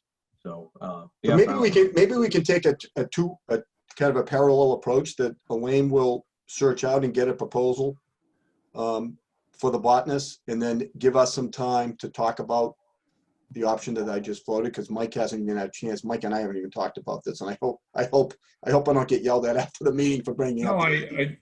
I think it's a good idea, but we have not talked about it, so. Yeah. Well, you're going to save a lot of time, most certainly, and we can see the whole package, not just a small part of it. I think Right. So maybe we can look at this from both possible paths, but to keep them going. Brian, at this point, if we're gonna head down that road, at this point, what is the botanist gonna do? Well, I think we need to get I haven't had a chance, Jim, we're not definitely heading down that road for sure. That was just an off the cuff thought. And, Mike doesn't even know I was going to say that, so he needs to look at that. And so I think what I'd like to do is is continue to seek proposals from botanists. Elaine can do that, assuming that what I just said would not be a possibility. And then we would have the botanists go out. And then if we determine that might be a possibility, we can abandon that. I'll do that, right? So, but I just don't want to slow the process down for either of us. Especially with, I think my guess would be a botanist going out there is probably a good time of year for them to do that, isn't it? Compared to with the cold weather coming. Yeah, as soon as possible. That's what I thought, Bob. Yeah. So we can look at it from both perspectives. I just don't want to slow it down either way. Would there be any benefit, and folks can say no, when we get a proposal from the botanist, that they give us a proposal for doing just the H area, and then a separate proposal, what an increase might be for doing the whole thing? I'm not saying we're going to hire them to do the whole thing, just saying to get a breakdown of cost, that's all. Yeah, but Teresa, the H area we're pretty sure of. It's the other side, isn't it? No, that we're but no, I think we're thinking about both areas though, Jim. Okay. Aren't we? I'm sorry, we keep on going back and forth on this. Yeah, I mean, I may have spoke out of line without getting, agreement from the entire commission, but I would say, I was pretty comfortable with that line based on what Peter saw and based on the change in grade. So I don't think. Not have the botanist for the H line at all? I don't think you need it. I really don't. Yeah, I mean. It's a pretty clear line. Like Frank says, because of topography, that's a big deal. I think it's a pretty clear line. And Peter said that was relatively easy. Yeah. He said it was pretty clear. And which line is that, from H2 to H9? Yeah. Yes. Again, I'm not speaking to the commission, but I would be comfortable with that as the BVW line. But excuse me, but that goes back to the point that if you confirm that line, then we're going back to the agreement. I think what you're saying is you can't do the agreement because you're concerned that now there's vegetation that makes the negotiated line just not practical from your perspective. So now you want to find out where the vegetation is. So the botanist might result that there'll be a line between the HS line and the negotiated line. So I mean, I thought when Mike just spoke, and Mike, please hop in. I think the point was we were agreeing to consider a botanist in that area, but not in the other area. Right. Yeah, No, that's what I thought you were saying, Brian. Yeah, that's what I am saying. Yeah. And Brian, your idea, which again is out of whole cloth, we haven't talked about this. We need to evaluate the Hayes line and see if we can agree to that or some compromise. I don't know what the impact of that is, but it seems to me that if we can agree to that line or something close to it, then the issue should be settled, and we'll just go through the normal process of filing through the Conservation Commission, which you outlined a moment ago. Well, but you were just talking about looking for relief from a 25-foot no disturb. Yeah, right. And also the compensatory, which I'm gathering what Frank said, some compensatory land, I'll call it that without the proper word, we have to look at too. I don't know what that means. Mm-hmm. I mean, I really do need to sit down with Brian and understand what's going through his head on this. But again, I want to make it clear. If we can come to an agreement, we're happy. We don't want to fight. And I think potentially the botanist looking at that HS line, would say, both botanists, Libby included, might say, well, the negotiated line, for example, isn't a real line, but it's 15 feet in. So that potentially could become the new negotiated line off of the HS line. Well, I can't believe that. I don't believe the evidence shows that either. Well, Jim, how do you know? You haven't seen the evidence. You don't have a botanist. I have seen what Fletcher has done with the soils. It's what he did before. I don't think you need the botanist in that area. But it's what he did before. It's the exact same thing he did before. I know, and I'm saying that I'm okay with that line. That line to me is the BVW line, not the Hayes line. Well, what I'd like to suggest to the commission, and again, of course, it's your sole decision, is let us explore the impact of the Hayes line. And we have not done this. And talk to Brian about the legal ramifications. And hopefully the commission will continue the hearing 2 weeks out. And I don't know if it's appropriate to have, Brian, you correct me if you have correspondence or discussions between now and the next hearing. But this is something new for us to look at. We just haven't done it. Okay. And I would say you can get a proposal from the botanist, but let's hold on the botanist until we understand what this suggestion, it does or doesn't do for us. I think that makes sense, Mike. But we have to agree amongst ourselves what the proposal is going to say. Okay, sure, of course. Yeah, we would look to a botanist to explore the area between the Hayes line, or excuse me, the Fletcher line and the negotiated line, but we're not inclined Do the to dig into the steeper and go down the rest of the property. okay. All right. In what, while you make that decision, I just want to be clear with my point with Jim, that again, Fletcher was hired to confirm that HS line, which he did. Right. So, and that's what, and we kind of expected he would, because why would he change his mind? Again, he just came out to redo his work. We were happy that he said it didn't come any closer to Quantapowwood Parkway. So I think what happened is when the commission was out on their site visit, you saw vegetation, right? That made you concerned that now, while we really can't live with that negotiated line anymore because of vegetation, we have That's right. concerns with that, right? So maybe when the botanists go out, that negotiated line will come closer to the Fletcher line, but not all the way. So it might create an opportunity for a new negotiated line. That's what I'm saying.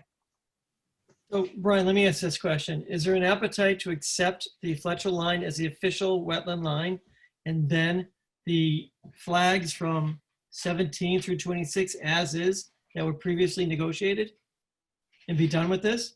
We don't, well, that's what we talked about, Bob. We're going to evaluate that. Right. Yeah, That's a you guys have to talk possibility. about That's what Brian just put on the table, so. Right, I think what we all agreed to is that we're not agreeing to, that we're gonna use the next 2 weeks to identify a botanist.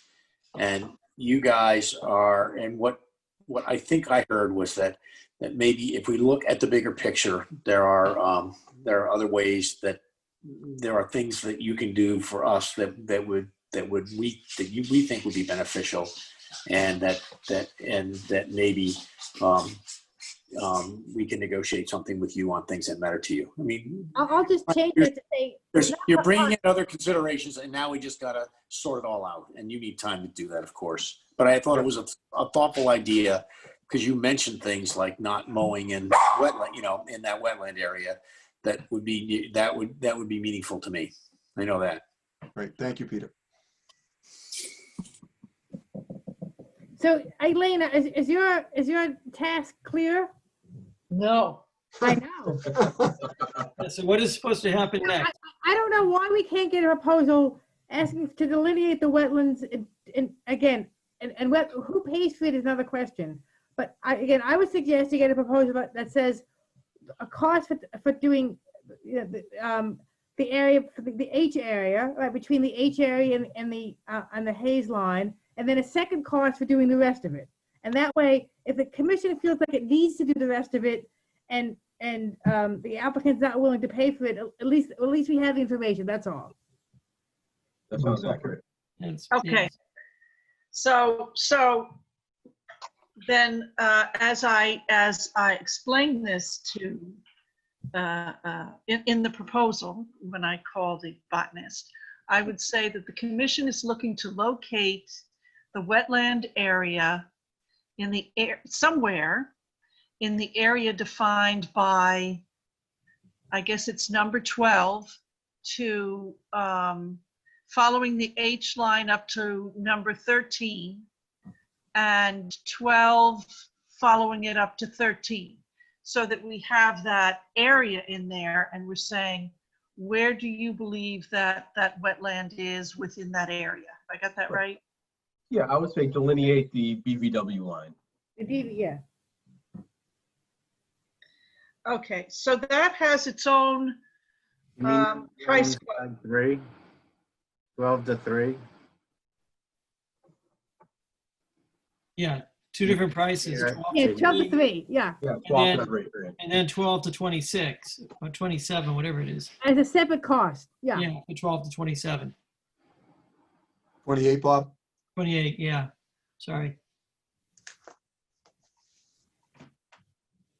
All right, then, hold on, let me just take a look at 12 to 27. 28, Elaine. So 12, oh, that's so small. So 12 to 27, we just want to know, just confirm that line or find your own line, right? Yeah, Okay. As a separate proposal. Yes.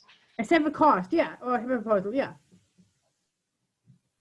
And I think, again, I think it goes to, as Brian said, I think it goes to 28. Although 28 looks outside the property, but that's. Yeah, it does. That was 27 though, Teresa. Oh, good point. You're right. You're right. Right. So, So we, what is in? 26 is in. 26 is in. All right. 27 is taken out. Yeah, but we have buffer zone to number 27, so we should probably keep 27 in. All right, 12 to 27.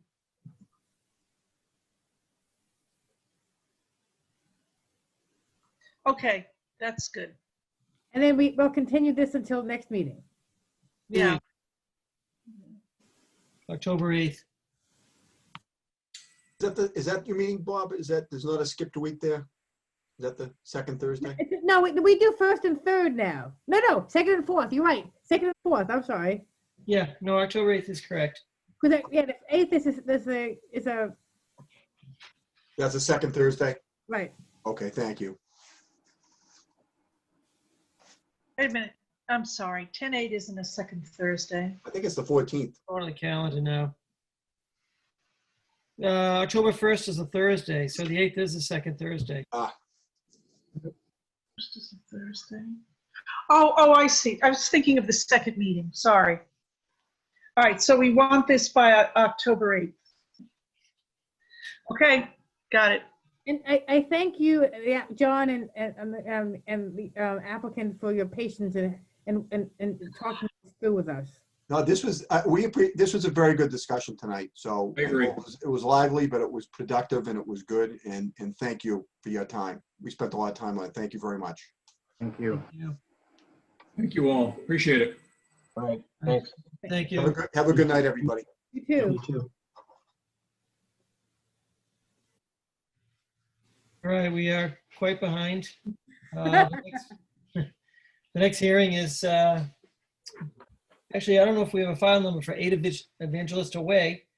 Charles and Lauren Donovan, it's a notice of intent, continued public hearing to install the in-ground pool. We do Then have a 100 number. Wetland. And I know we had a question about a tree in the back. And Judy, you said we do have a number? Yes, Okay. What is it? 595. Okay, thanks. P 313595, 8 Evangelista Way.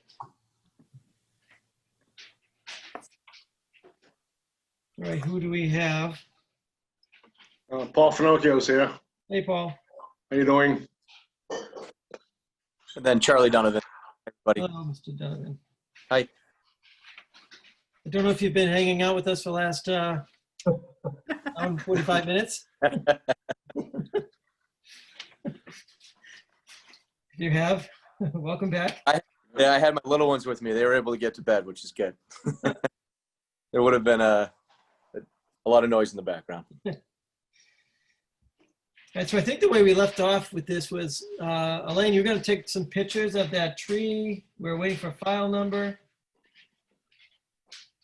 Yeah, I have pictures of the tree. But actually, I went out to the property and there wasn't anybody home, so I walked in the backyard.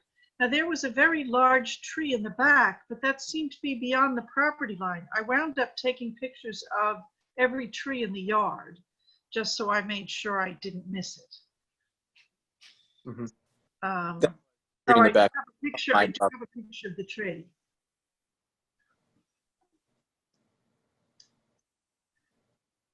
But do we have the plan? Can we pull the plan up and then I can locate, I can get the location and then I can determine which picture it is. Yeah, Frank, you had pulled it up last time. All right, let's bring Is that plan available?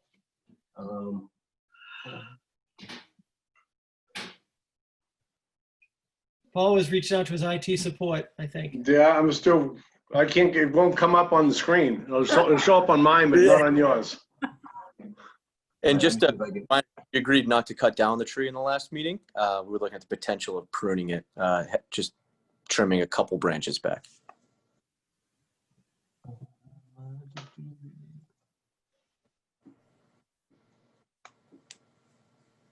And I'm sorry, Mr. Donovan, you said you agreed to not remove that tree? Yeah, last meeting. I think you felt it was important as far as. No, we felt it was important. I don't remember you agreeing to not to, but that's great. Yeah. Yep. And we were looking now at this point, take photos to trim it. Okay, great. So Elaine, does this line up with the pictures that you took? Hold on, you're just collapsed. Let me get you back up again. Hold on. The screen collapsed. Oh. As soon as you put that up, this. No, I got everyone. Got everyone. Can everybody else see it?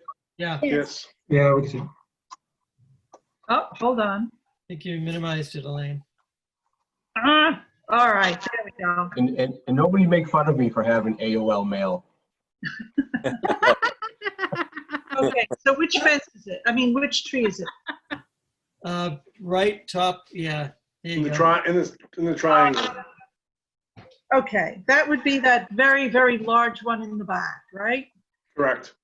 Yeah, I have a picture of that.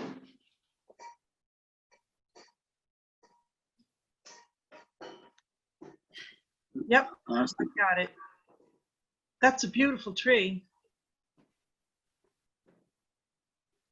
All right, so I have the picture. And is there a question here? Are you in that picture with us, Elaine? I'm gathering. Who's doing all that? That's Frank. It's Frank. He's putting out the tree to the left. Right. Yeah, there we go. It's one tree. That's huge. Yep. So, Elaine, your pictures to show, as Mr. Donovan was suggesting, what can be trimmed. Did you take pictures of that portion of it? I took a picture of the entire tree. Okay, so including, so that would include what could appropriately be trimmed, right? How far is that tree from a resource? Probably maybe 15-ish feet. And what is the resource that's out there? BVW, it's on the other side of the fence, existing fence line out there. And if it's helpful, underneath the tree is my neighbor's yard. Well, it's my yard technically, but it's all grass underneath the tree. Yeah, okay. So are you mowing up to the BVW? He doesn't, no, well, there's a fence that goes across the rear portion of the backyard, so He doesn't own it. His He doesn't property own it. line is, right. he owns it, but you can't get to it without going around Fence. all the properties. Right. It's on the other side of the fence. Oh, is that a different parcel? Because this is the No, property. that's part of the property. It's just an odd shaped lot. That little triangle piece is part of his property. No, I mean, I think Jimmy was talking about like this area. That's not his property. That's the next door neighbor. Yeah, that's next door neighbor. Okay. But the resource is on the other side of the The existing next door fence. neighbor, yeah, Correct. yeah, he doesn't own it. He doesn't own it's actually part of the railroad, so it's part of the walking path, I guess, would be in the future. Oh, okay. It's the rail line that runs through there that you can't see. So that big area that's mowed. I'm trying to That's figure out- that's the neighbor out in front on Lowell Street. For those that remember, Out on Lowell Street. Okay. old farm, yeah, on Lowell Street, if everyone remembers back in the day. That's that property. Okay, so Bob. So I can send it either to, I've got it here. I can send it on an email. I can either send it to Frank or send it to Bob, Send it to depending on Frank. who wants to give me their email address. Can't Mine's, make a fun lo- of Frank's address. I'm mine's sorry. easy. It's my first and last name, Frank Calandra at verizon.net. And as a history lesson, Verizon eliminated their email server and sent everyone to AOL. And that's why I have AOL. So don't judge me on that. Okay, whoops. Hold on. Come on.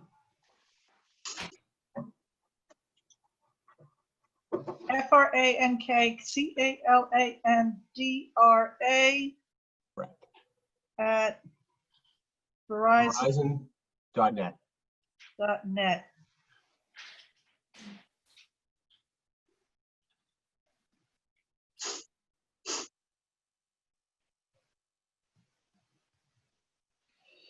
Okay, All right, I think, so I know last time we spoke, the issue was about taking down the tree, but now it's being trimmed, so it's a little less of an issue now. Right, no, correct? exactly. And it looks like he's looking just to find out where he can trim it, that's all. Okay, Yeah, exactly. There's essentially some really large branches that'll overhang the pool as proposed, and just wanted to see if I could trim those back. oh, here it is, okay. So that's on the opposite side of the resource area then, right? Correct. Okay. have you received it yet, Frank? Yep, I'm pulling it up now. He's on it, he's on it. Can you see that? No? Not Did yet. it come up? Is Elaine's picture up? No, All right, I gotta reshare, hold on one second. This doesn't, I use Microsoft Teams, this is a little different. Here it is. How's that? Got it. Oh, it's that tree there, huh? And that stake's not the property line. My neighbor did. We just put that there. He had that moved for mowing the lawn, I think. What kind of a tree is that? yeah, it's an unusual tree. I believe it's an elm. I think you're getting confused by the lower leaves. Those I aren't- am, Yeah, yes. those are part of the tree. Yeah, that's Okay. that low. You gotta look up here. Yeah, exactly. Oh, good point. So where are the limbs you want to take down, Mr. Donovan? Essentially, there's just yeah. So where the mouse is, especially up to the right of that, there's a couple that you really can't. Maybe. Yeah, like right to the right of there, they branch off. It's basically only one large branch or two right there on the right side that comes up and over. Not the ones that lean left or right. There's a few that lean kind of towards the photo. It's tough to tell with the depth perception there. The ones that lean toward the photo that you want to take down. Yeah, that's it. Nothing going left, right, or back. And not a substantial trend. We were going to use arbor, but they're super busy since the storm. We're using Keith's tree. And Keith's tree was the ones who are going to, depending on what you tell us to trim. Is there anyone at Keith's who can tell you if that's gonna harm the tree? I Right, mean, yeah. I don't know if someone can do that. I mean, obviously you don't wanna kill the Kill the tree. It looks tree. like you take it, or set it off balance. I don't know if that's even a thing, but. Yeah, I mean, if you take it at the joint, cleanly and don't leave a stump, you're usually fine. Okay. Which, any of the tree guys would know that. I know Keith's tree does a pretty good job. Are you talking a branch or are you talking a major Limb? limb? Right. I mean, because it looks like they're all pretty hefty timbers there. Yeah, I think he was talking like in this area here. It doesn't seem like a branch. A branch I think of something smaller. A limb I think of as like the main supply. And it looks like you'd have to take limbs off to prune that tree. Well, Elaine, you got to see it and, what would be hanging over the pool area? How would you describe that? Well, as you can see from the branches, the tree itself looks healthy. So it's just a question of trimming it back, but I'm not quite sure why you would want to trim. Are you afraid those branches would fall? They look healthy to me. Why would you be concerned they'd fall? Yeah, so my own, and the reason I wanted to remove the entire tree was there was a very large tree-like branch that fell to my, and I mentioned this last meeting, to the property to my right when looking at my home. I think it's 16 Evangelista.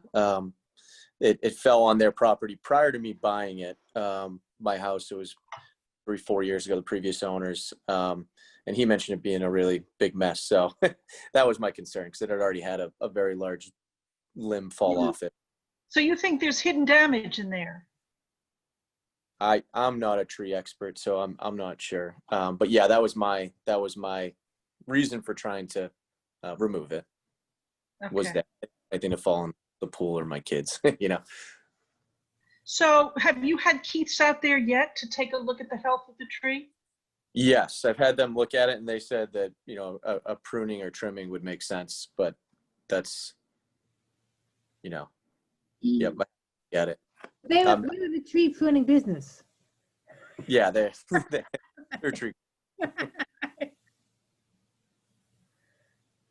And I think Keith's is pretty professional too. Whatever you would like them to trim or not trim, I think they would do that for us. Elaine, would it make sense for them to just flag the branches and have someone from the Concom go in and just look at it before it's done? That's a great idea, Frank. Yeah, how's he gonna do that?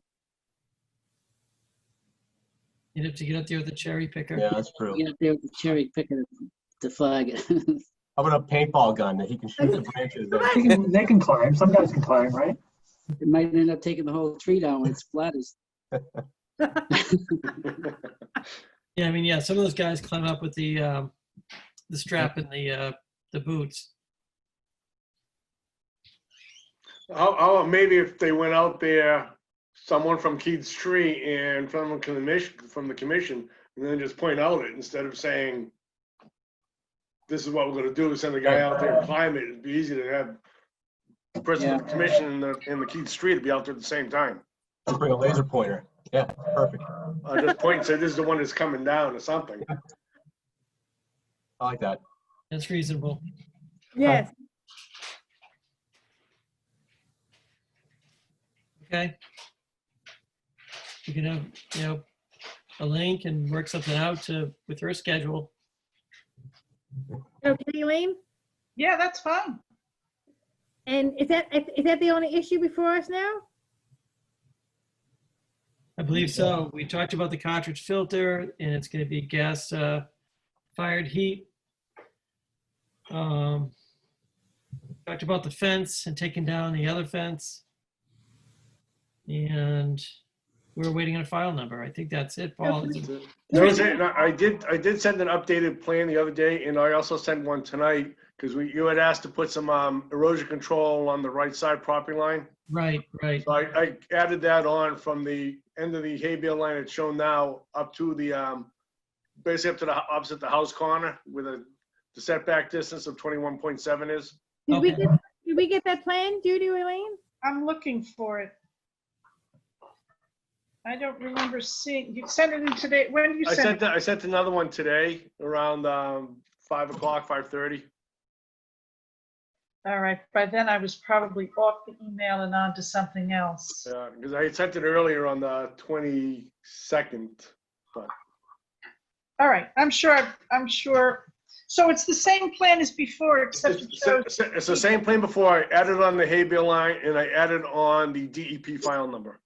And I took off the tree in the back since we weren't taking it down.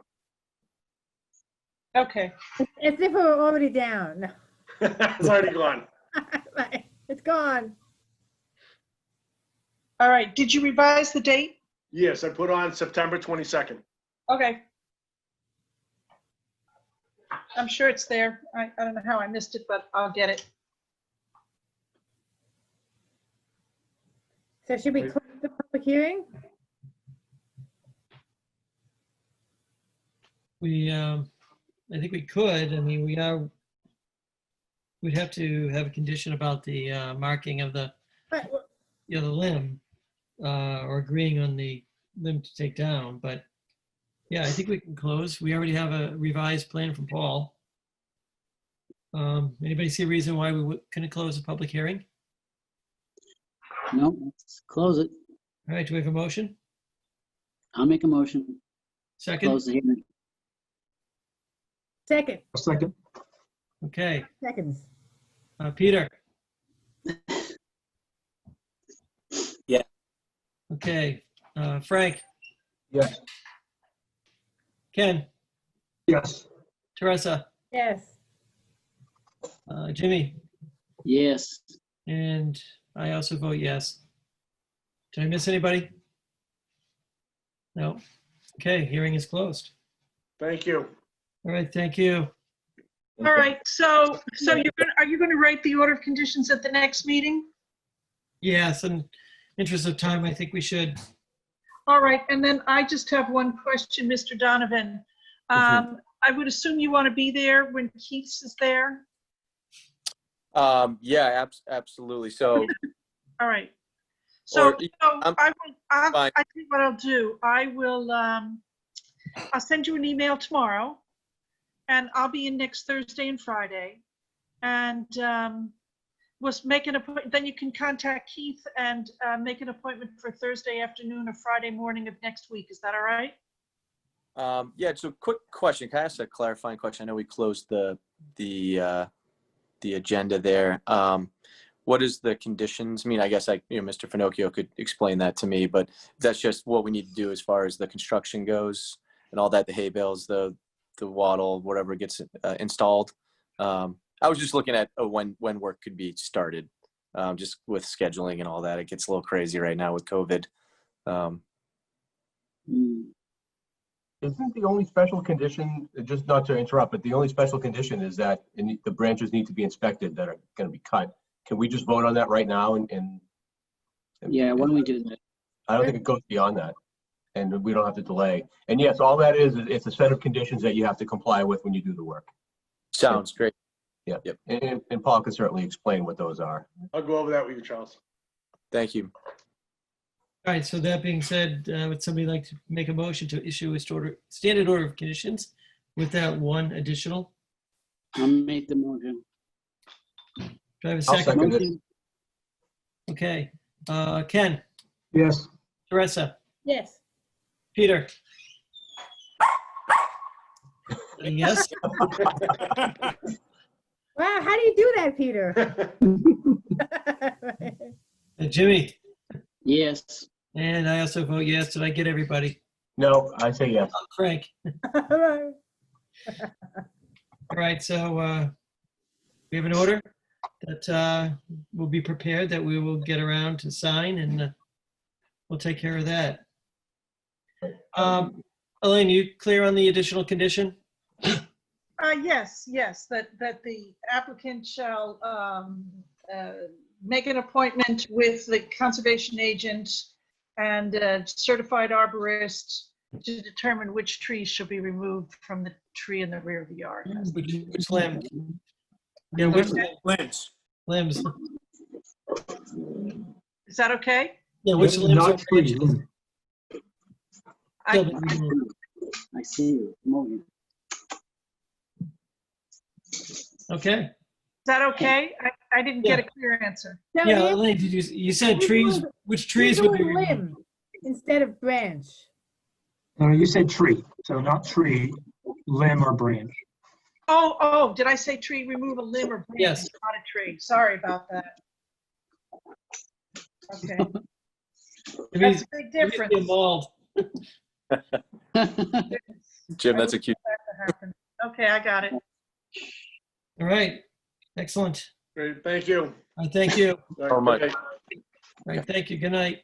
And Judy, you can just text around when you want to have people convenient for you to sign or for us to sign. Yes. Yes. You said? Okay, so Judy, can you just print out a signature page? Yes. Okay, thanks.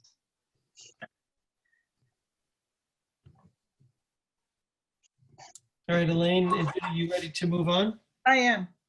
Okay, so next up is 67 Harrison Ave. Fitzpatrick, notice of intent, public hearing, install slope stabilization, associated fencing within 100 feet of a wetland. Do we have a file number for that, Elaine? No. I checked and it hasn't been issued yet. I checked today. Okay. All right, who do we have representing 67 Harrison Ave? Sean Fitzpatrick. Okay. Sean, you're up.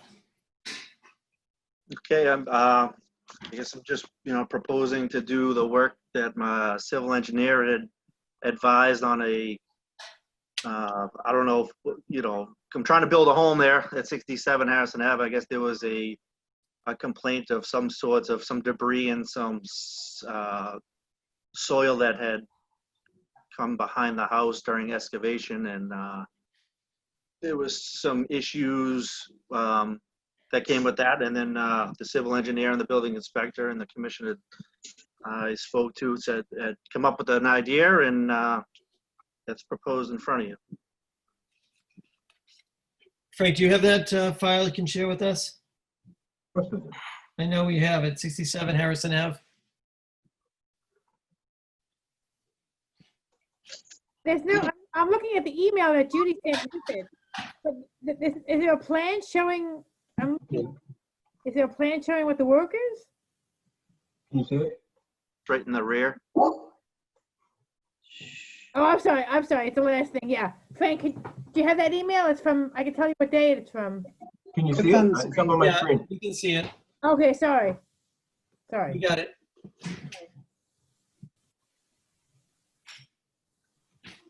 So the notice of intent is, it shows slope stabilization and associated fencing, but it's also construction of a home? Well, there is. No. That's outside of your jurisdiction. That's outside the buffer zone. So Okay. that slope, the existing slope that's there, I guess they just wanted to restabilize it with some loam and seed and some jute netting, and then a safety fence at the top of the slope behind the shed. Okay. Where is the resource? Yeah, where's the BEW? There's a brook at the bottom. It's a brook. Oh. Yeah, All it's right, about- That's a brook. Edge of what area is a brook? Goes under Harrison Ave, then pops up again. Daylights again. Actually, this is the one that ends up going by your house eventually, Judy. It's right behind it. Yeah. Yeah, it goes under the street at Harrison Ave and what's that Grafton. intersection? Grafton. It goes under Grafton. Yes, Grafton. And then at Daylights. All right, so it's a 10-foot slope approximately. Yeah, just above. Yeah, here we go. So yeah, it goes under the street, under Harrison Ave. Yeah, it's hard to see It's exposed right to the right. Goes under the street in a culvert, and then Daylights again on this side of Harrison Ave. Mosquito control has actually been in there and dredged it. How long ago was that? Maybe 5 years? No, that was about 12 years ago. Wow. Yeah. All right, so yeah, we got about 13 feet, 90 to 93 down to 80. Are there any trees on that slope? There's nothing there, no. It's existing dirt. It was a dirt, a hill, hundreds of years, when that whole development, before that development was come. Okay. If you look to the, if you're looking at this now, the bottom right, along where it says existing septic tank, right at that line, there is a retaining wall about 10 feet over that continues across to 77 Harrison Ave, but it continues onto my property. Okay. So that's where some of the soil had fallen over. So they just wanted to like regrade, and stabilize it a little bit better, I guess. How are you going to stabilize it? It's with the loam, the jute netting, and some, I guess, wild seed. Okay. to control runoff. Right. I mean, there's such a distance already there, but, you know, do whatever, you know, whatever the engineer had suggested. And this arose because of moving soil to dig out the foundation for the new house? Is that what happened? Correct. So when they were digging the foundation, you know, all the stuff that comes out of the hole was in a pile, and they had to make a little flat spot to get around the backside because there's not much room, you know, to move all that stuff. So And that came tumbling down. Is that what happened? yeah, it just spilled over. I mean, there's Yeah. probably, you know, 4 cubic yards of soil that had come over the retaining wall in that corner. And then there was some, you know, there was some trees that had fallen down from that microburst. I had cut a small upright yew that was wildly overgrown, and that kind of fell behind the hill. And you know, all that stuff has to be taken out, but we couldn't because of, you know, the piles of dirt and the foundation wasn't backfilled yet. So we couldn't get any equipment back there to clean that all up. That's going to be addressed as soon as the foundation is in and backfilled, and we'll be able to get some small machinery back there and remove all the brush and clean everything up. Are there any erosion controls in place? There is there's about 110 feet of silt fence and TerraTube at the base of that slope that I installed to, you know, to protect runoff going into, you know, now any more runoff going into the flat area before the wet area. Is it the bottom or at the top? It's at the bottom. Okay. At the top, you really can't put anything in that because there's piles of, you know, dug out foundation dirt. But that's what ended up kind of slumping down the hill, right? What was up top? Right on one corner, in that far right corner, yeah. The silt fence and TerraTube was installed just after. All right. It seems like Yep. you'd want something at the top to prevent that from making its way down the slope. There's nothing else that's going to come down the slope, though. No, there's Okay. nothing. Yeah. Okay. Have you been out there to see it, Judy or Elaine? Or- It's Judy right and I beside have my both driveway. been out there. Sorry, Judy. We've both been out there. And does this seem reasonable to you? Well, you know, one of the things I did was to contact the building inspector because he has experience in these things. And what he said was that he accepted the engineer's plan. So I assume if it's all right with the building inspector and it's a civilly engineered plan, that it's stable. It will be stable. I certainly want to make sure that it's a little shady out there, that you get enough vegetation growing up there. That's the big thing. Put something to put down roots, good ground cover. Is the house built? No, we've been at a stalemate since July 13th. Oh, okay. So you have a foundation dug, but not placed? There's a hole in the ground. Yeah, that's it. There's no footings at all? Nothing. We can't, because we can't get, we couldn't get the building permit until this was all clarified and he was acceptable and everybody's, you know, accepted what was proposed, which Okay. is what it is. Yeah. So this is the last stop for you to get completed so you can start the house? Yeah, I spoke to the building inspector. He says, you know, this, if everybody's okay with this, then we're good to go. Okay. We don't have a file number, so unfortunately we cannot close the hearing. Correct. Yeah, I spoke to someone in the state today. They're just, whenever, you know, they have to, I don't know how long that takes. Yeah. It was filed the 12th, but I mean. So is the work, you're gonna do all this grading from 93 to 80? Is that whole area is what you're grading? It's already graded, correct? It's already, that's existing condition. It's existing. We're just gonna add some topsoil and the jute fence under, over the grass seed. And how far away is the work from the wetland? so that, it's just that hill. It's, How far away is 80 from the edge of the wetland? Any idea? yep. There's 80, so it's 83 feet from my back of my property to the back of the house. So it's that area. I think it's about the back of the edge of the wet area to the back of the property is about 18 feet. So when I measured it, it was around 48 feet or so. Yeah, that looks accurate. Measuring it with my pen. Yeah. It looks to be about 50 feet. So 48 feet from the edge of the wet area to 80.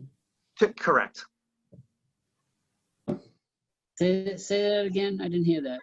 Teresa, what did you ask him? 48 feet from the edge of the wet area to with the 80 number. The 80 contour to Contour, right. the wet, yeah, to the brook, about 48 feet. Wow, did he Is really it a even? perennial stream? What's that, Jimmy? Isn't there, where he's over 50 feet out, isn't there some kind of conditions that would allow him to go forward? Ask Elaine. Elaine, is there it an something? exempt minor project? There was some concern about the stability of the, if it qualified as an exempt minor project. But there was some real concern about the stability of this slope. Yeah, I And know, it but really needed but to the- have a professional look at it and make sure it was stable. no, I understand that, but as far as being jurisdictional, is it something that we should have been involved with to begin with? Yes, because of the concern that it would slough off into the stream. Okay, There was a lot of loose soil there from the building foundation.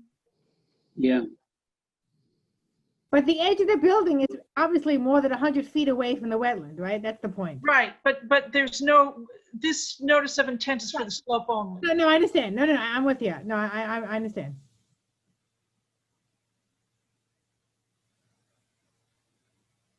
mm, So Elaine and Judy, you both have seen the erosion control measures out there and feel comfortable with it? Yep, they were fine after that last storm, so that was a good indicator. Okay. Yes. All right, really nothing further we can do without a file number, unless anybody else has any questions or comments. So we can't close the hearing, right? Until. Correct. Right. The only thing you might do if you're inclined to do so, is close the hearing with a sort of a subsequent condition that if the DEP file number comes in with no separate conditions from DEP, that I could release the order. So spoken like a true lawyer, a close the meeting with a condition subsequent. Yes, I didn't want to say that. But yeah, condition subsequent. We ever done that before? Yeah, I do it in Winchester time to time. Elaine just likes to say condition subsequent, we know. All right, sounds good to me. Yeah. Anybody have a problem with that? no, I'm okay with that. Yeah. So would somebody like to make a motion? I'll make a motion to close the public hearing. With the condition subsequent. Is that two separate votes? Do we have to close the hearing first? Well, no, close the hearing with conditions subsequent. Thank you. Yeah, no, yeah. Yeah. There's one motion. Do I have a second? Second. Okay, Peter, Yes. Okay, what was that? Yes. Okay, Teresa, Yes. Ken, Yes. Frank, Yes. Jimmy, Yes, I also vote yes. Okay, we have closed with that condition. Thank okay. you very much. So Do we Judy, need can you take both of them around? Yep. Thank you. Thank Are you. we gonna need to, are we just issuing a standard order of conditions? Do you want to vote on that now? Can we do that? Yeah, I don't think we have any special conditions. Why don't we? I'll make a motion to issue a standard order of conditions. Well, hang on. Do we need an as-built? That's part of the standard order, correct? Yeah, Since the house is outside of the jurisdiction, and it's only the slope. Do we ask for an as-built if it's different than the conditions design? Well, it's part of the normal standard order is We'd getting have an to- as-built. we'd just have- I think Bob's saying we'd have to take it out. Right, we could Okay. probably remove that condition. Okay, I would remove it pending no changes to the plan. Okay, so the motion is to issue a standard order with the removal of the condition to require an as-built, as long as there is no changes to the plan. To not require an as-built, right? Okay, is there a second? Second, Okay, Peter, Yes. Jimmy, Yes, but I have a question. Was this project ever before us? No, when? No, this is the first time. Because isn't the house within the buffer zone? No, no, it's more than. no, it's I- I outside. just- I just Outside. asked the question. It's So you outside of did. 100 feet. Okay, well, I'm all set with it, yes. Okay, Ken, Yes. and I believe I got everybody. I also vote yes. Right, Elena, Judy, did you get that special condition? yes. Okay. All right, so good with 67 Harrison Ave. Good. Thank you, everybody. Have a great night. All right, Night. thank you. Bye-bye. We done? No, we're not. No. We have old Not business. close. Business. Okay, The first thing was 102 New Salem. Is that what you guys, Judy and Elaine, would like to tackle first? before we do that, do we have anybody here from 26 Shady Avenue? I think there are two people from 26.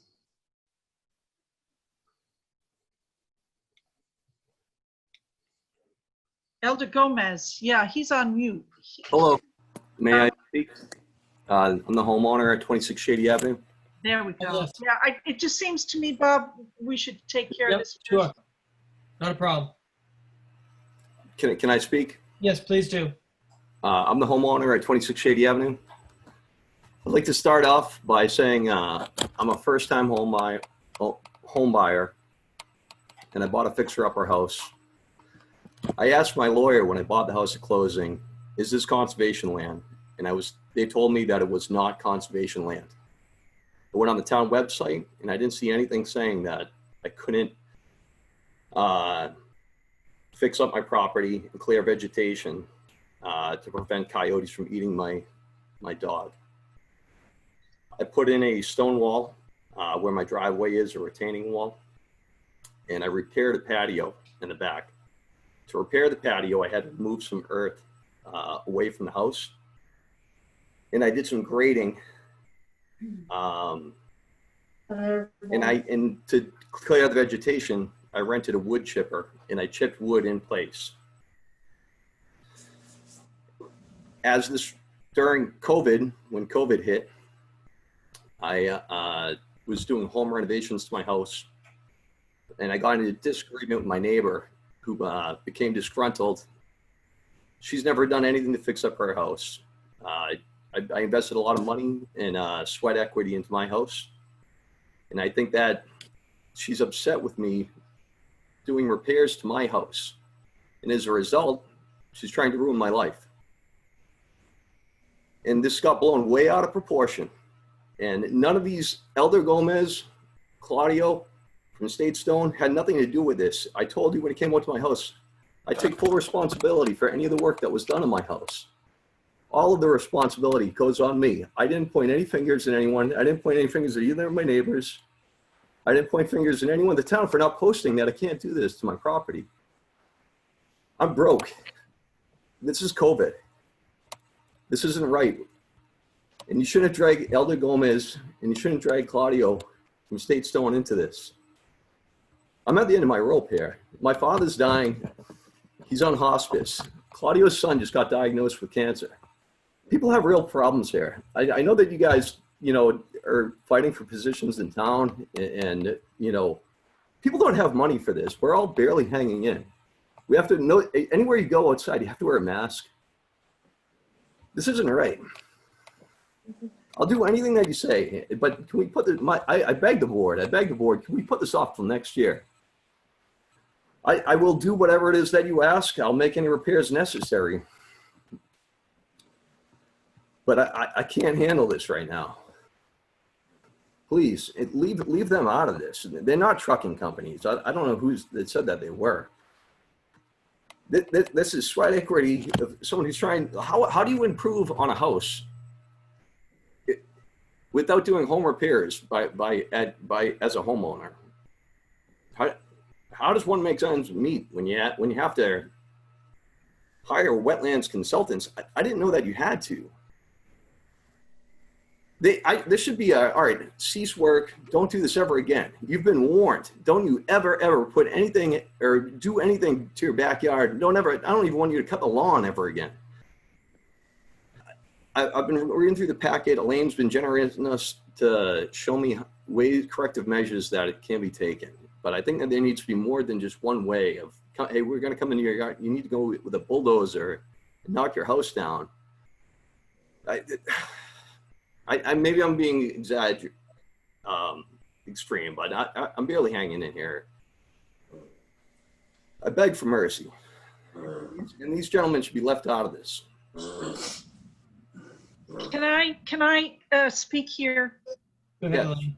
Okay, so the whole purpose of this was to make it as easy. Also, I have to tell you that the DEP is very interested in this case and is allowing the local conservation commission to come to a solution, but is constantly looking over our shoulder. So what I have tried to do is to make this work as inexpensively as possible and to bring everybody who has a legal responsibility into this to see what can be done by whom. So the reason that I contacted the two companies, the reason I contacted State Stone and Diamond Landscaping is because I got their name out of DEP files. So my thought was this: we have an inexpensive solution for you, Mr. Bean, which is to spread seed and willow stakes, which is very, very inexpensive and I think would work as an adequate restoration at a minimal price. But there's also the question of that fill. So my hope was that. What fill? The earth was removed from the house and some grading was done, but no fill was added. Well, what happened was, okay, well, that's one of the things that perhaps we want to look at. So what you are telling me is that all that was done was that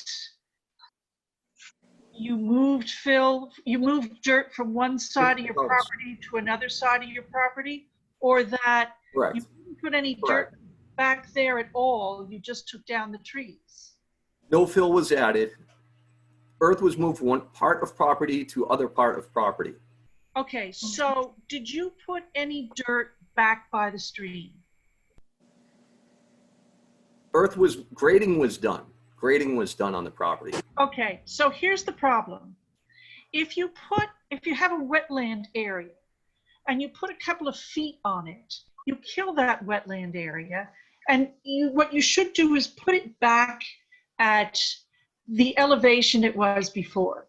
So here's my hope. My hope was that one of these companies that came in had perhaps a bobcat and could take that bobcat and return the elevations to what they were before and get that soil out of the wetland area, leaving it low enough that you could come in and put in your willow stakes. And I thought that it would be a good solution because I think they may well have the equipment. So it's just a question of bringing the equipment on site and restoring the grade that was there before at a very inexpensive price. And that's why besides the fact I have that information from DEP, from a practical point of view, I thought perhaps they could bring over a Bobcat and take care of that. Can I speak? What it boils down to. I'm not sure if you knew what the house looked like before I moved in, but it was grossly overgrown in an unsafe manner. And it was cut and chipped back by me, and no fill was added. It was graded within the property. I get that, but you removed a lot of vegetation the law doesn't allow you to do. So we're trying to find a workable, inexpensive solution for you. I understand, but one other thing, nothing was posted. There were no signs, no seller disclosure saying that there were wetlands.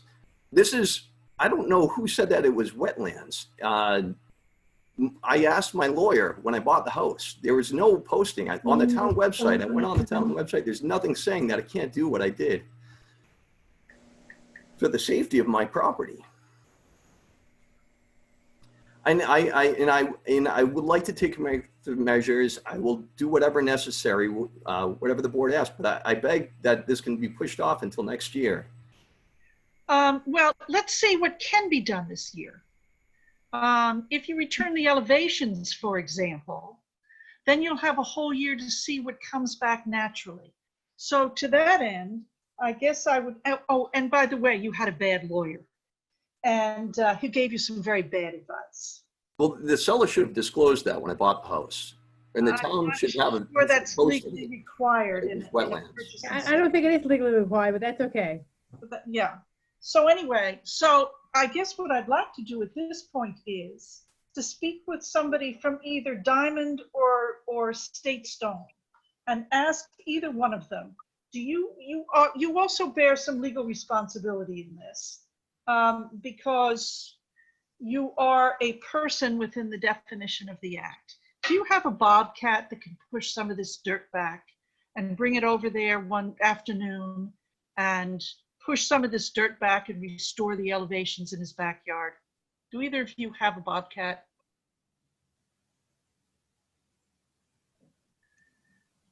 They might be on mute. Yes, I do. I'm Claudio from State Stone. Do you have a Bobcat that can push some of this dirt back for him? Yes, I do have. Okay. Would you be willing to do that one afternoon? When you want this done? Because right now, we pretty much like gonna end the season of fall. My schedule is pretty very packed at this moment, but I can, if I have any time free, I can come and help John to change the elevation, the back, like where you want. All right. So John, if he comes in and he's able to lower the elevations we'll go out in the backyard and we'll take a look at how deep and where and mark something off for him. He can move some of that dirt back and perhaps regrade it up the hill. We can meet in your backyard and we can take a huge step towards solving this problem. What that will do for you is next spring, there's a good chance a lot of that vegetation will come back anyway. And then next spring, you can buy some of those willow stakes, put them in the ground, and they will take off on their own. It is a very inexpensive solution, and I urge you to take it. Elaine, I think you're a very reasonable person, but my father's dying, and I don't have a lot of time. I feel could wait till next year. I have a 30-year note on the house. I'm not going anywhere. Why does it have to be done now in the middle of the pandemic? This does not make sense to me. I'll tell you what, well, it's not my decision to make, it's the commission's decision to make, I guess, and I'll just leave it at that. And then inform DEP and see what they say. Thank you. Thank you. But you know, be advised that what I'm talking about is an afternoon, literally an afternoon of your time. Can I interrupt for a second? How much fill are we talking about here? No fill, no fill. This was grading that was done. I removed vegetation. How much soil then? Let's use the word soil. How much soil are we talking about? Is it 10 yards? Is it 50 yards? And that's material. The patio is maybe 30 feet by 10 feet, 25 feet by 10 feet, something like that. And how are you going to get this back to where it was? Do you know where? I mean, how do you? I don't know if you saw the house before I purchased it, but. No, I know, but right now, I don't know where you would put it. Where you're moving it from where to where? Elaine, where were you thinking the soil would be moved to? Well, I was thinking of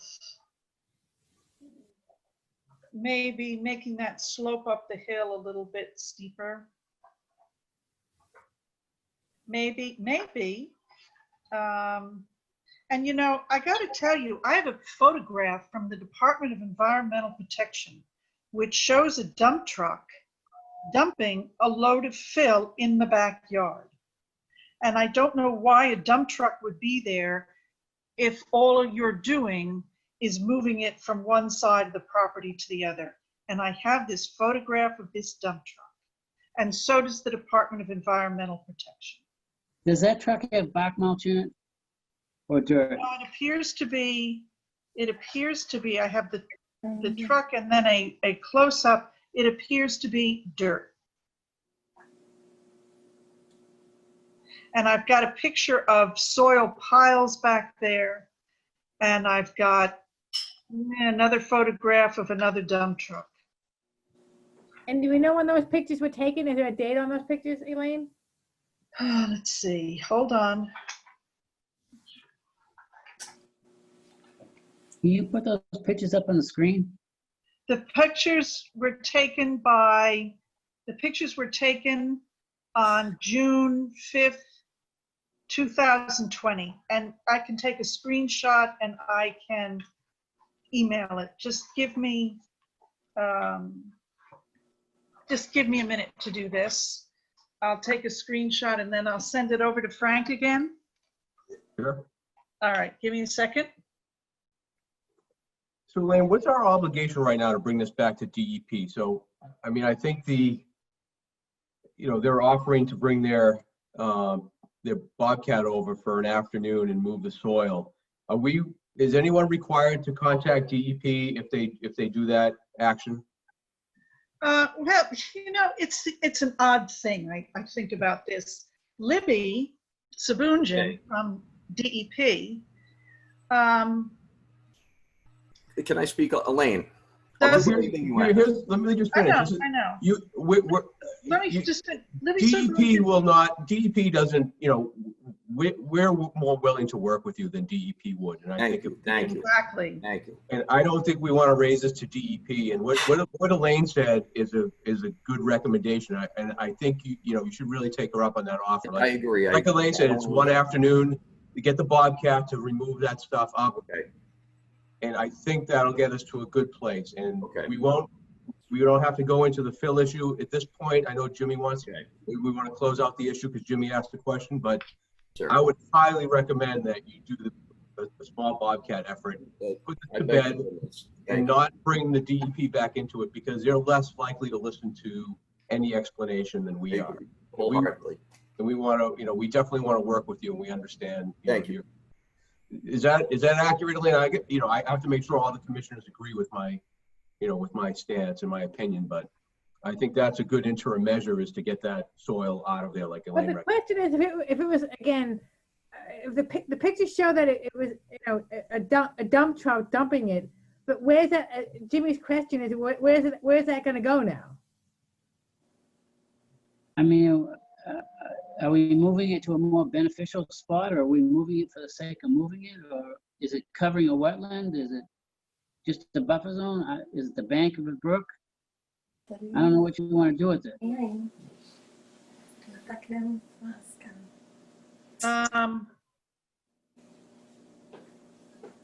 I thought I We would. have to find a spot for it. We'll To tell find you a the spot truth. for it. I have an acre of land. We'll put it in my driveway. It will, I'll find a way. Away from the wetland, away from the stream. My take on this, when I went out there and looked at it, is the area, if you're going down your driveway, the area Yes. on the left seemed like it was full of bark mulch. And it looked to me like you covered the wetland in that area. In my mind, you should just move the bark mulch out of there. Okay. And so the thing can reestablish itself, because I'm sure it's gonna come right back, especially if you're careful and don't dig the root system out. And just get the bark mulch somewhere as far away as you can. I don't know what you're gonna do with the fill. I just don't know where you're gonna put it. Is there a spot? I have some low spots where I put in the fence. Well, I'd like to ask something else here. Does either Diamond or State have the ability to take some of it off-site? I'd like to speak for Diamond. Is just a boy and his father trying to make a living. I think that he should be removed from this meeting. I don't think that he should be here. And Claudio, I do not honestly believe that he should be here, but he's a good friend of mine, and I think he'd be willing to help me. But I don't think that elder belongs in this meeting right now. You know, if they brought in Phil, though, they do belong here. No, he did not. He did not. He did not bring in any Phil. He did not. No, he may. No. All right, Frank, have you got the photos the DEP sent to us? Yes, it's on the screen, Elaine. Oh, sorry. You know, every time the screen changes, my Zoom collapses. Hold on, let me get back up again. Okay, so you've got it. So you should have 3 photos. Yes. Let's see, there's that. And yeah, we see a number of piles in the 4 first photos. photo. Truck dumping a load of soil. And what does it say on the side of that truck? Can you make that out? I cannot. I can't, I don't know what it says either. How do you get these pictures to They were stay? sent to DEP. No, I'm just trying to get them to stay. My neighbor Sheila, we had a disagreement. She didn't like that I put a roof on my house, and she's the one who submitted all these.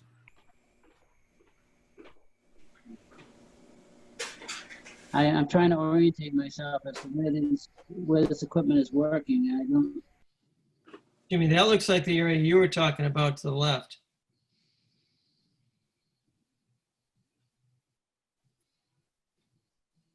What's on the other side of the pile? Is that the stream right behind it? Yeah. Oh my gosh. How come you only get one picture at a time on this?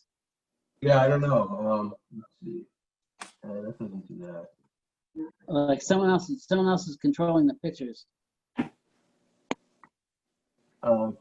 Yeah, Frank is, yeah, you can't do it, Jim. Frank is doing it. You can't do anything about it. Yeah, I mean, is there a certain one you want to see over another? I can only, there's the 4. I can only bring one up at a time. I only see the one on the right. I don't think I've seen yet. That's the Bobcat. All right, so That's the stream and back.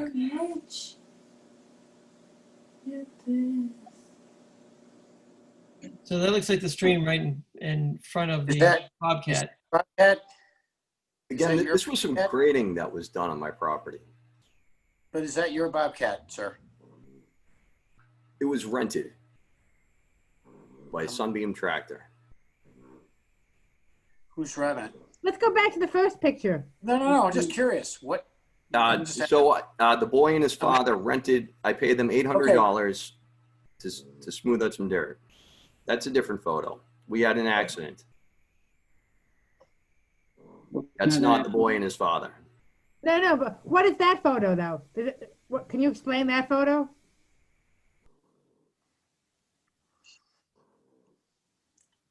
Is that the same Bobcat or is that a different? No, there was an accident when we had to call in equipment because we got stuck. He was trying to turn around to leave my property. He got stuck in the mud. So there's another possibility here, Okay. which is I could go back into that backyard with a soil auger, see how deep it is to wetland soil. And it's, you know, a more inexpensive solution would be to put in some of those willow stakes and just see how well they do I like in the that soil idea. that's there now. I like that idea. And That's even that's cheaper. something that I think I could do. I've been reading that packet that you gave me, and it says that, you know, you can even remove, take cuttings. It showed me how to do the cuttings. You can take them from other plants on the property that would take well to the same property. I'd be willing to do that, but again, it's just right now I'm broke. It's COVID, and I don't have a lot of time, and my father's time is running out. So I would be willing to work on this fall, this winter, next year. Again, I have a 30-year note. I'm not going anywhere. I can't go anywhere. So I intend to fix this, but there was nothing posted. I did not know. My lawyer lied. Maybe my lawyer lied to me, but they told me that it wasn't conservation land. I didn't know what I was doing was wrong until my neighbor threw the kitchen sink at me in a very evil way, might I add. Could you imagine if you lived next to someone and they did this to you? I beg that you'll leave Elder out of this, Claudio, because he's my friend. I think will help me, but this is going to cost money, and the biggest thing for me right now is time. I just don't. My father's time is running out. He lives in Cape Cod. I spend the weekends visiting him. Please. Do you have at least, is the bank stabilized at least? Yes, I think that. And did you ever find out who was digging in the brook? It was me. It was me. Was you? I had to do it at nighttime because I can't even cut my lawn without my neighbor making movies of me. When I can't even go outside and weed whack. She's videotaping everything I do. Yeah, what do you mean digging in the brook? I haven't heard of that. What are you Well, some mud and sediment filled into the stream. You can see pictures of the stream in the aerial photos provided by Elaine. What is this truck? So you said no fill was brought in. What He was what trying to turn exactly are you around. looking at? What's that? He was trying to turn around and he got There's a big stuck. there's a big pile of, he's trying to turn around, but there's a big pile of soil over there, and his container is showing that it's like was dumped. So I'm not understanding that. Well, we had to get backfill for the wall. And so you dumped it right there next to the. Well, because he got stuck. He was trying to turn around and he got stuck. So we had to bring in another piece of equipment to get him out of there. He got stuck in the wetland. That's what happened. That material was graded into the, right about where it was, right? It was spread out from that location. And he got stuck, and he had to dump the soil. I'm confused as to why it's in that position. That's all. Yeah, because of the weight, he was trying to get out. So he dumped it. Well, we used that for backfill for the stone wall of my driveway.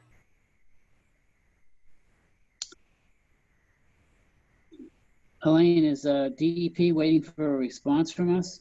Yeah, she wants to stay posted. I think I need to have another look at this thing. Do you want to go out tomorrow, Jim? I can't do tomorrow. Tomorrow doesn't work for me. I have family matters I have to attend to. You mind? Do you mind if we go out? I'd and look rather for- be there. I would rather. I think this can wait till next week. We're in the. All right. This is COVID. I don't think that this needs to happen tomorrow. Next week? Do you want to do next Thursday? Yeah, I could do next Thursday if you can do next Thursday, Jim. Yeah, but it'd have to be kind of late in the day. What time? Probably like 3:30. Oh, that's fine. I don't that even work? get into the office till 2. So I could do 3:30 next week. I'll bring a soil auger. We'll see how deep this is, Let me ask a question. Would it be, what we can do here. would you be able to get the Bobcat out there at that time and would just hit everything at once? This way, it's just to make it easier for everyone because, then once you get the Bobcat, we'll have to go out again. I mean, if you could do this, if you get the Bobcat sooner than later and have us out there at the same time, this might go away very quickly, or, we could rectify it sooner than, just keep going out multiple times and dragging it on. But, that's up to you to decide. And, you and whoever's going to provide the Bobcat. That's very nice of you to suggest, Frank. I think that's a question for Claudio, if that's something that he can make possible. But again, I'm broke. And do you agree with that, Jimmy, that it would be better to, instead of doing that, to actually have the equipment out there? Well, I don't want to be out there directing equipment for him. I just wanted to get a feeling for where I thought the material could be put. That stuff looks pretty bony. I don't know how much luck you'll have with an auger. Yeah. It just depends how thick it is, Right. how deep it is. Again, I think the way I'm looking at this thing, from what I saw out there, I think he's got the wood chips on top of the wetland, in the Right. To the left of the property. And I don't think the dirt is so much an issue because I don't see it. I mean, it looks like it was not going to bother anything the way I saw it that day that we were out there, but the wood chips I was worried about because I felt that I mean, you walked on it, it felt like a cushion. So there probably was maybe a couple of feet of wood chips on that, and I thought that was more detrimental to the wetland than the soil at the time. So it may make better sense to do it, do as Jim said, which is just to go look at Yeah. it. And, Okay. and then maybe one more time, bring some of that, Yeah. Okay. Okay, so I'm here, hold on, listen to this. I just Googled in willow stakes for sale. And let me just read this. Each case contains about 800 willow branches, 8 bundles of approximately 100 willow twigs. Most of the willow sticks taper down from about an eighth of an inch or so. 8 willow bundles at $10.50 per bundle. So it's really inexpensive. Yeah. Really inexpensive. And my guess is, you could probably get something locally, Mahoney's or something. I mean, when I say inexpensive, you're seeing just how inexpensive it is. So what you do with these is one end is pointed and the other end is flat. And you just take a hammer and you pound the top of it into the ground. And being willows and being close to wet soil, they grow on their own. We did this in Winchester. Mr. B and I also work in Winchester. And we put in these bare 24-inch willow stakes about 2 years ago on the edge of the river. 2 years later, they're 6 feet tall. And of the 1,000 that were put in, I swear at least 950 or 900 sprouted on their own. I like that idea, and I saved that packet that you handed me, and I've been reading through it, and this is something that I can definitely do. Yeah, I think it is something you could do, and I think it would restore that wetland area, and that's what we're looking to do. And okay, there you go. So there's all kind of stakes you can have back there, and the other thing is you've got a lot of vegetation back there. You might clip some of those trees and do the same thing with those and get a little bit more of a variety than willows. And then you've got that area restored that's been cleared off. I would be all on board 100%. And I saved this packet. I've been reading through it, and it even shows where you can buy them. And I'll save receipts. I'll save my money to buy them, and then I'll save the receipts that I used. And I will do this. I will do this for the town of Wakefield, for the board, for the Mother Earth. I don't mean anyone any harm. I honestly mean that. So can we meet next Thursday at 3:30? Yes. Yes. Okay, so that would be October 1st. October 1st. And my phone's gonna die in a minute here. Plug it in. Gotta go get the charger.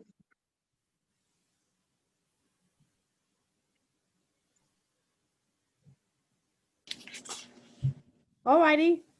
And I think, with any luck, that'll satisfy DEP also. Thank you. God bless you all. All righty. Thank you. All right. Good night. All right, thank you. See you Thank you. Thursday. Bye-bye now. All righty. 102 New Salem, is that what's next? Yes. Nothing for me next.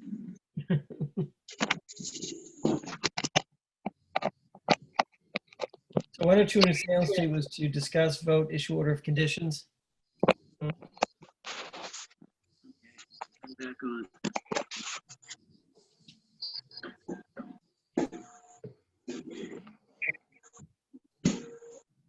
So were there any special conditions we had on this, Elaine?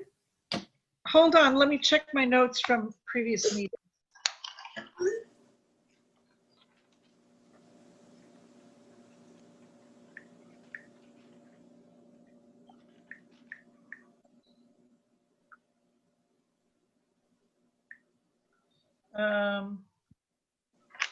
Okay, so this is 102 New Salem Street.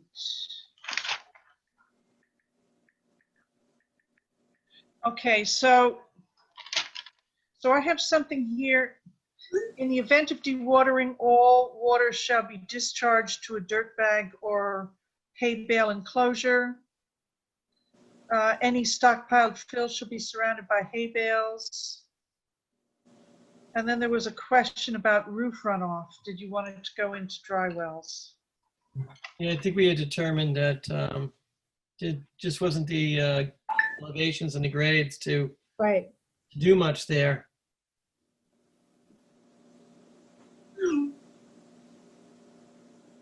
All right, so that means that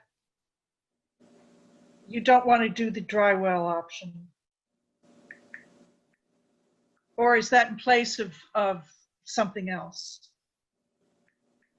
And you do want to do the dry wells because you couldn't do the other forms of infiltration. I mean, what other options would there be? I mean, you could put some crushed stone, I guess, around the perimeter, but you'd want to get that water away from the foundation.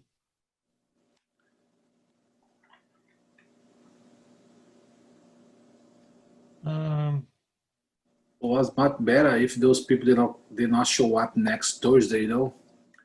If you think before and take what she said to you at the beginning, those guys.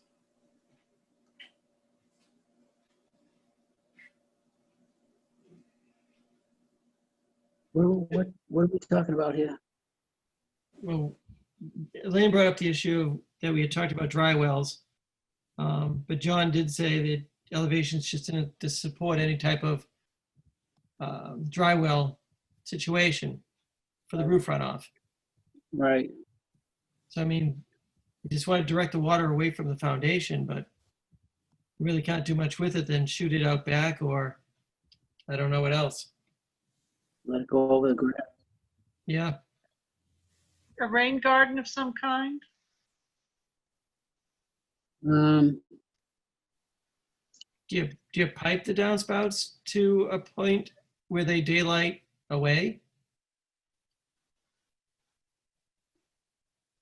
I'd probably, if you don't mind me speaking, the foundation, it's about 60 feet long, but it's offset, so it's 30 feet and then jogs 30 feet. So in simple terms, you're looking at starting from New Salem Street, going back on both sides. It's a gable roof like the existing house. You got two downspouts going down on the first 30 feet, and then on the second 30 feet, you'd have two more. And I would run them out back, obviously, we don't want to run them into the street, and I am big on crushed stone, some kind of, where the water washes through the stone. I try to do, especially there, I mean, it's a wet area to begin with. We do want to keep the, Yeah. I think I'm going to have a hard enough time keeping the water in the house. And as I mentioned last meeting, I mean, I'm really not going to know till I get the house down and see. I mean, I realistically, I may not even end up putting the full basement there. Maybe a half basement. I have to dig and see how it is. They said it was dry and sandy when I cut the saw pipe. And even around the back, it's been pretty dry. And I've had the house for, a little over a year now. The basement floor's lower than the elevation they're proposing. And there's really no water in the basement, no standing water. So. Ryan, you were building that house up from the surrounding. The plan shows it coming up, right? The cellar floor is 1 foot above the 100-year floodplain, which is like 59, or I think the floodplain's 58. I'm at 59. But Can you pull up the plan on this, Frank, again? Do you have that handy, or John? John, I think, took the rest of the night off. He's still connected. But It's good though, because he's not billing me. No. His video and his audio are off, but he's still with us. Yeah. Might be snoozing. Maybe someone has it. Yep, there it is. Thank you, Frank. So if you look at there, you can see the offsets of the foundations. Right. On the right side, I got to get it around the jog, the pipe, but it's I would put four pipes in.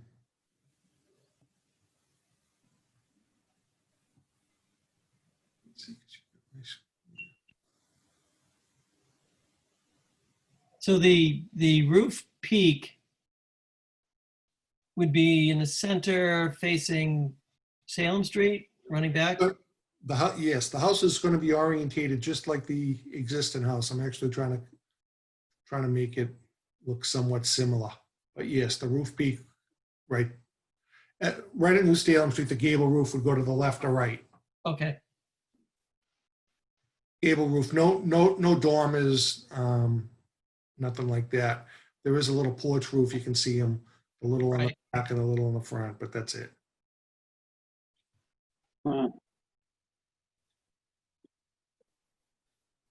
All right, so what are we doing? We were just talking about piping the downspouts, towards the back. Okay, it's clean runoff, it's clean water, so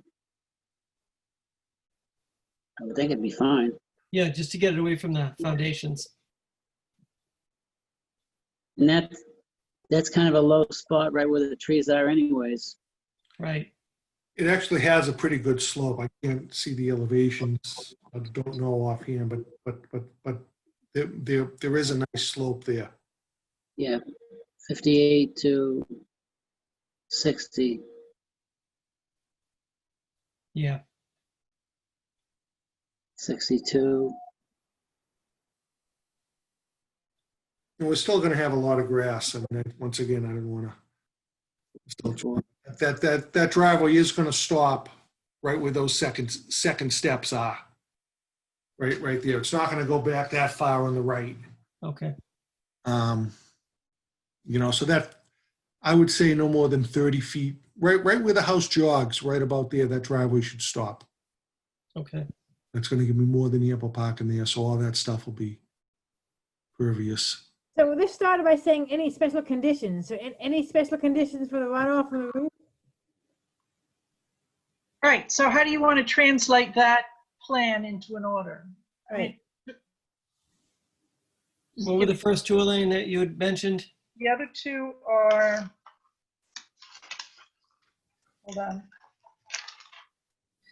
In the event of dewatering, all water shall be discharged into a dirt bag or into a hay bale enclosure. And any stockpiled fill shall be surrounded by hay bales such that there is no discharge or erosion to New Salem Street. So neither one of those are in the standard order? Thought we had those I covered. don't think we have the stockpiling one. Oh yeah, you're right. The dewatering, I know there's a dirt bag in the standard order. The stockpiling, I tell you what, if it's not in, I'll make it a standard order. I'll add it to this one and I'll make it a standard order. Okay, makes sense. And the last point was, what do we want to do with the roof runoff? You know, Yeah. I just think you want to probably, you know, pipe the downspouts away towards the back of the house. Keep the water away from the driveway and keep it away from the foundations. And that's more of a, I guess, a personal preference. So I've got pipe the downspouts to the direction of the rear of the yard. Do you want to add anything about gravel or piping? I have pipe downspouts. Anything about gravel? I don't know that it's necessary if it's going to be running across a grassed, you know, slope in the back. I mean, we just want to direct it away from the driveway and the house. You might want a gravel apron to just mitigate any kind of soil washout, right? It's going to start is it going to start on pavement? That's going to be landscaped around the perimeter of the house, right? Well, that left side will be all landscaped. In the front, the pavement's definitely not going to come up to the house. I just have to see how it lays out. They might be a pave or walk or whatever, but it's still going to be pitched back. So there's not going to be any chance of the water going to New Salem. As for if you wanted a little gravel area, I mean, I could easily do that, you know, down around the back with a water wash. If I could pipe need to require it. I mean, I don't think it's necessary to require it. I mean, it's going to play out itself. I mean, if there's any erosion, you might want to put an apron there or something. Yeah, that makes sense. I don't think we need to require it. All right, so you want me to take it out? Or do we still want to keep the piping of the downspouts, you know, towards the back in some way? Yeah. Yeah, let it go towards the Yeah, back. we can keep that in. Okay, so pipe downspouts to the direction of the rear of the yard. And then, do you still want the other two about, well, the other two are now part of the Standard order, right. standard order. Right. Okay, so that's all I had from the last meeting. Okay. I think that's it. Yeah, We will need a either revised drawing or certainly an as-built. I think John did a revised drawing. I thought this is the revised drawing. Is it? Is it the revised one? No. It used to have a little like broken can. Right. I think John. He revised it, Joe, but he didn't revise it. He still put a lot of extra Driveway. which you said you didn't want. Yeah, he did do extra driveway, right? I didn't pay him, so he didn't give me the revised drawing yet. Oh, okay. Well, that was it. But this is the last one we saw. Yeah, he had the turn around and the other. My drawing shows the turnaround, which is All right, one more. Yes. I'd like to ask a Oh, question. he's back. Oh. I did revise the drawing. I did shorten the driveway. I did remove the turnaround, which was not my suggestion. I don't believe that the driveway should go any shorter, but we did have discussions about all the runoff, and if you recall, we're actually reducing the amount of impervious area with the changes to the driveway from the existing conditions. So on the site is less than what's existing there today. But John, is this your revised plan, or you have another revised plan? No, this is the plan that I submitted last meeting. Right. No, I know, but I somehow think Joe thinks it's another plan. No. No. I No, can't. there was no other plan. Okay. All right, so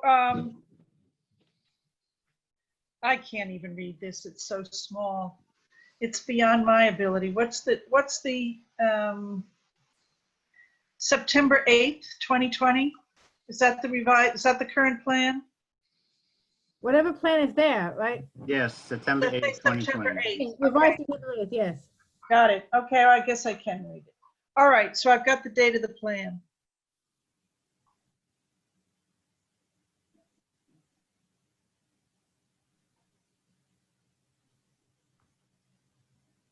That it? That's it, I think. Okay.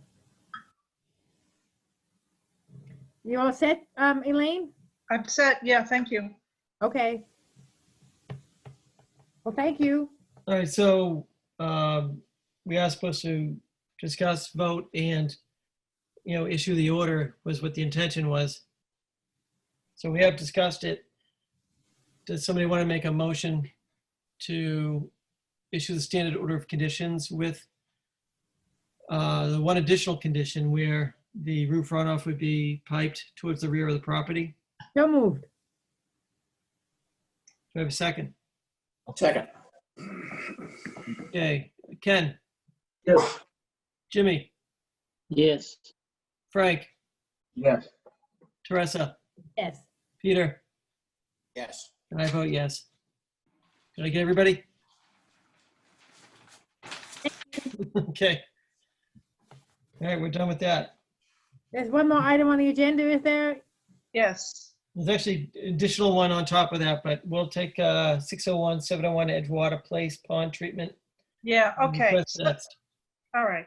So what happened is that the Conservation Commission issued an order of conditions in 2010, which was to last for 5 years. And Edgewater just let it slide, and then came in, let's see, about 2 years ago, requesting an extension permit. And at that time, Jim asked to see if they had any non-chemical treatment plans. I sent that back and they sat on it again and lost yet more additional time.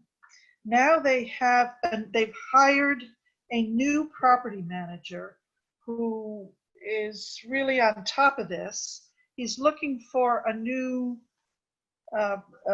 treatment company, wants to get rid of Solitude. He says they're very unresponsive, and wants to know if he can get an extension permit, at least until he can get this information back. And so the problem is I have a signed extension permit. I still don't have the information on a non-chemical treatment plan. And the original underlying order was dated 2010, expired in 2015. And the extension permit hasn't been issued yet, or was issued, you could argue that it was issued in 2019, which we were willing to do. And here it is, 2020. So I guess my question to you is, how much do you really want to issue this extension permit, and for how long? If you want to issue it for a short period of time, you force them into a position where they have to get this non-chemical treatment plan back to you, or it expires again, and now you have somebody down there who's more on top of it than anybody has been previously. Elaine, can I just ask you, it's already expired. How can we extend it? Well, that's the question, if you want to backdate it. Yeah, If not, my response is too late, too late. too late. All right. Too Okay, late. here's my answer. I don't know how you do So that. what I'll do is Time. tell him, I got it. No, I understand. You asked the hard questions, Teresa. Okay. So what I'll do is I will tell him he has to refile, which shouldn't be too terribly difficult. Exactly. All he really has to do is Change take the old okay. form and just update it, and then we can go from there. it's not a filing fee, obviously, right? But All right. That's all I had. Short and sweet. Short and not so sweet, but at least short. Well, So and that's all that was. if they refile, they can also bring in the new Right. company with Yeah. them. Okay, no problem. We can talk. I know Solitude, they've been very busy in Winnipesaukee this summer. They were dealing with milfoil up there, and every year they're up there dealing with milfoil. Okay, so I'll just call him back. I'll tell him, I'll send him a copy of the old notice of intent, tell him to refile the same thing, get a new company, and we'll set him up for next spring. Sounds good. Sounds good. so what's the last item that wasn't on the original agenda? So we also, Judy passed around the resume of the potential Oh, yes, of course. new member. And Yes. the town council is meeting on the 29th and would be looking for our recommendation so that they would. Why are they looking for our recommendation? Right. Huh? Why are they looking for our recommendation? They know better than us. No, they're a changed body. Yes, they are. I think they've changed their methodology of dealing with the Conservation Commission from my observations. They're the new select board. Friendly. Town council. Our town council, Have they changed members yet? No, they haven't changed No. members, but I think they've changed in their attitude. They're woke now. So they have, so they have circulated the resume to us to review, to see if we would like to recommend Sylvana. Can I just say something? Can I make a comment? I think it's hard to recommend someone. She seems like a lovely person. Her resume is lovely, but I know other towns, when they have candidates, they actually interview them. So I don't know. I feel like we should at least. I don't know. No one interviewed me, but I would. When I You're a started, returning member. when I I'll tell you. I've been around long enough. My story was 25 years ago when I first came on. The way I got on is that I had breakfast with Judy Babb, who was a select woman at the time. So that's how but she met me and asked about me, and I don't know. So anyway, so that's just my 2 cents. I know there's no time probably to interview her between now and the meeting, but I just think, and I suggest, and again, I suggest that the town council do this in general for applicants for town boards, that they actually interview people. It would make sense. Maybe they feel like they don't have to because not enough people apply. But it Yeah, seems don't we have to fill a seat because we I know. need to have so many people. I just wanted to make that statement that I feel like Isn't it academic if there's one Right. applicant in one position? I mean, in agree. some ways, what are they gonna say, I well, mean, and also, but how are we going to make a judgment? I don't know how. Right. I don't know how we make a judgment. I was hoping she would have logged on to the meeting tonight to introduce herself. That's what the planning board just appointed 2 new members. Well, the town council appointed them for them.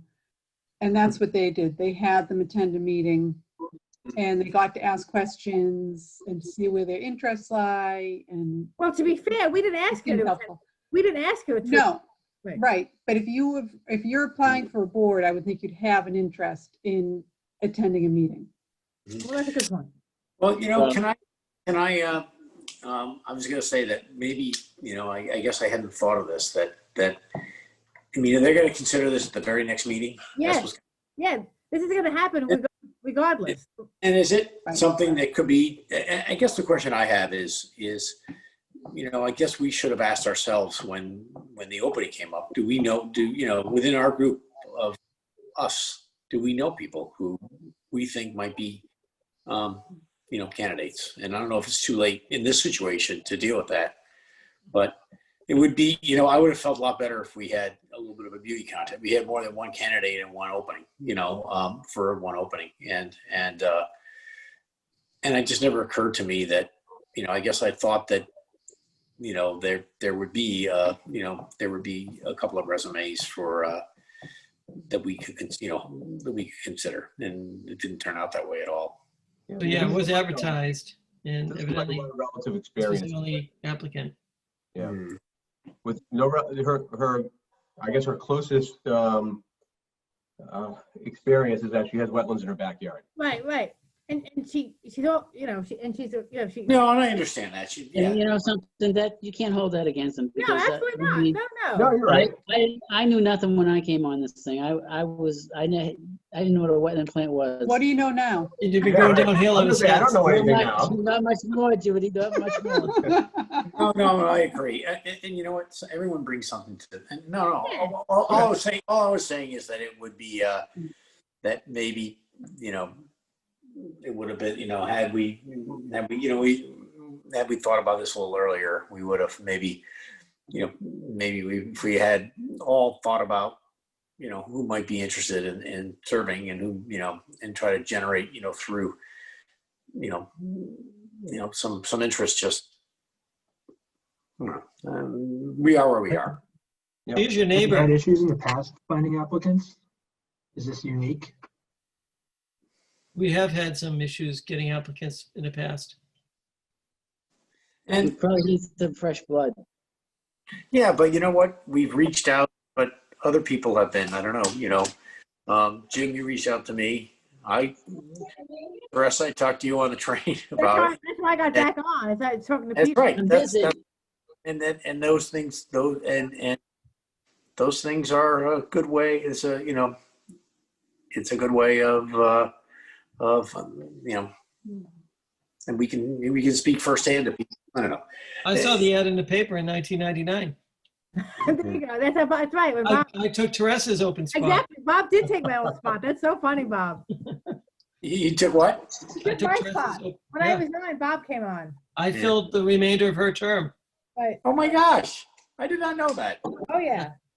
Well, that's the thing. This person, it's filling Nini's term. So it's one more year. Okay. Okay. Yeah. Here's your neighbor, Peter and Jimmy, Who? What's that? 6 Sophia. Yeah, I know. I know who it is, I think. And I don't think it's a woman. I think it's a Oh guy. my God. Oh my God. Silvana is a male name? Is that right? No. She says no, I say yes. Judy is correct. Yeah, thank you, Bob. How do you know? Silvana is a female name. Judy is correct, Yay. as always. Thank you. Well, At this point, it we'll seems see. I think the town council asking us to recommend this person when I just think it's a funny request to me. It's a I step in don't the know how right you direction. recommend. I don't really know how you recommend someone. I think it's, Right, there's no choices. It's just, right. Right. It's a funny, right. It's a weird request of us. but Well, we need to respond though, because we want them to keep doing that. Yes, Yeah, like I I think said, it's a step in the right direction. I think sometimes, like, let's say you have 3 applicants and one's an engineer and one's a lawyer and one is, Yeah. and you can say, you know what, we already have 2 civil engineers on the board right now. Right. I was going to say we had too many lawyers. I was saying that too, Bob. Too many lawyers. And, we could use somebody else of a different skill set, that's all. no. I think that's exactly right.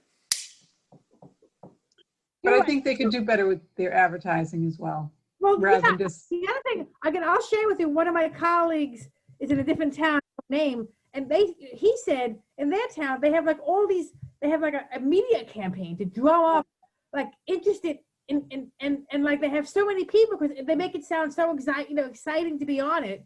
And the town does that to try to get good applicants for all open positions. right. And we have a communications manager now. So it's something that should beef up, I think. I couldn't agree more. I think they had to drum up enthusiasm. Yes. And give people an idea of what it actually involves. Just saying it's about the Wetlands Protection Act. It Well, I doesn't. agree. And it's the same with the planning board. The 2 applicants had similar interest in affordable housing. And the planning board isn't regulating affordable housing. So it sets people up for failure, I think. they're going to go into it thinking they can make a change with affordable housing and they were interested in revitalizing the downtown. That's not what you're going to do. So you're setting these people up for a. Really, only lawyers understand what it is. But people don't. They Yeah. To Judy's point, we have had people in the past who have applied thinking they're going to stop all building and all development, you know, because it happened in their backyard. And obviously that's not the way it works. No, I know. But it's true. Most people don't know how town boards work. No. Yeah. And I think that's too bad because it does leave out a lot of people that might have interest. True. So what do you want to say about this? Because they're being, I mean, how should we couch what we say? I mean, are we saying that we're I don't know.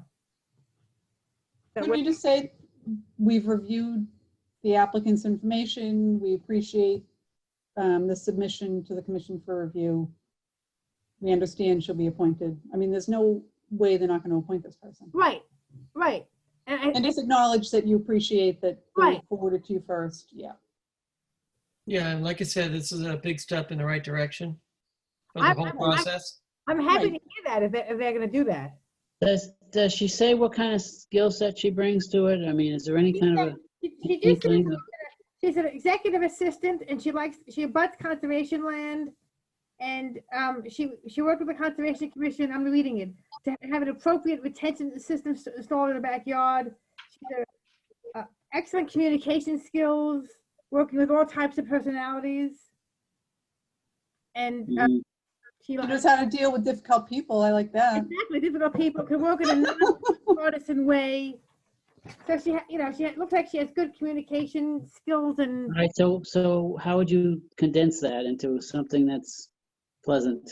Well, she has some transferable skills. She may not have any wetlands background short of abutting, you know, a resource area, but she does have some transferable skills. So maybe we can just say that. You don't even have to say that. I think all you need to do is acknowledge that you appreciate that it was submitted to you. I think that's exactly right, Judy. Yeah. That's right. Okay.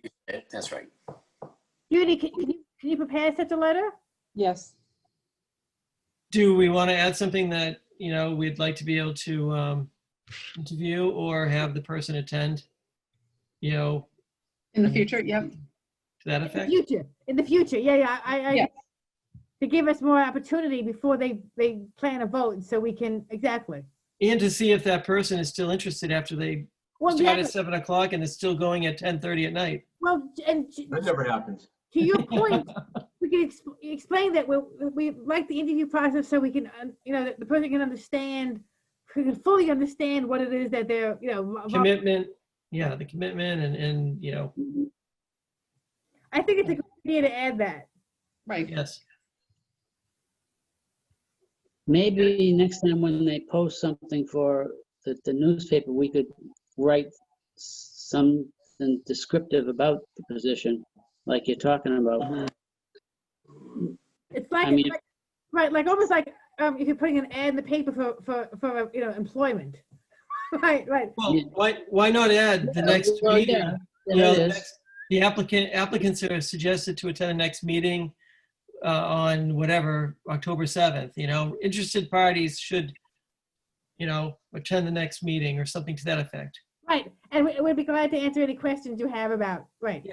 Yeah. That, I'm not sure they would do that though, Judy, do you think? The town council? Yeah.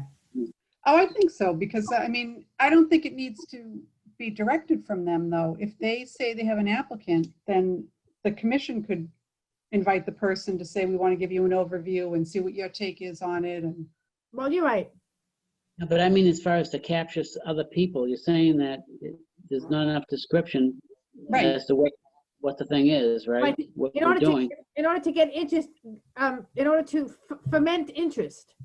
Right. Right. And I think part of their their social media campaign that they have is that should be a recommendation. If you are interested in a position, check the meeting schedule and attend a meeting. And then you can ask all the questions you want. Tell them you're looking into applying. That should be right in the ad, right in the newspaper ad. That should be in there. Yes. Right. I agree. You can hang on until 10:30. You can ask all the questions you want. Exactly. Or give Jim's cell phone number and We haven't had That's a, right. call anytime, day or night. right. We Yeah. haven't had a meeting this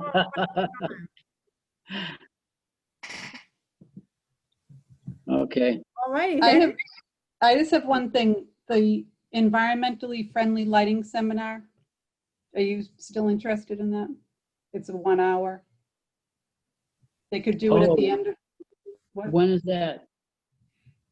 Well, they could do it, I suggested October 29th or November 19th, so it's on a Thursday. At the end of our, no, that's No, not, no, it would be a special meeting. It would be at 7 o'clock. Yeah. sure. Okay, so Yeah. which day? October 29th or November 19th? November 19th? Yeah. Okay. And I'll send you out the flyer that goes with it. You may have read the article already, Starving for Darkness is the name of it. Can you set that About up the as an, effect of overlighting on wildlife. can you set that up as an appointment? Yes, Perfect. But Thanks. does the town secretary need to send us a Zoom invitation? yes, I'm gonna put a legal notice in and it'll be a Okay. regular meeting. Yeah, Excellent. All righty. yeah, I think it'll be good. Especially with Quanah Power Parkway coming up, lighting is definitely gonna be an issue that people will bring up. Yes. So I Yeah, think can we it's a good- put a big picture of Jordan's furniture on the, What not to do, yeah. Oh, you can see that for miles and miles. I know, it's amazing, it really is. See it from the International Space Station. Right, right. Jordan's. It's like the North Star. Yeah. See, we're getting punch drunk now. We're so tired over here. Yeah. Do we have anything else? With that No. said, All right, would That's somebody it. like to make a motion to adjourn? so I'll make a motion. Second. Adjourn. Right. So Jimmy made the motion, Frank, second. I'll second. Okay, Ken, Yes. Peter, yes. Teresa, Yes. Jimmy, Yes. Frank, Yes. and I vote yes. All All right. right, good night. Meeting is adjourned. Take care. Good All right, good night. night. Thank you. Good night. Bye.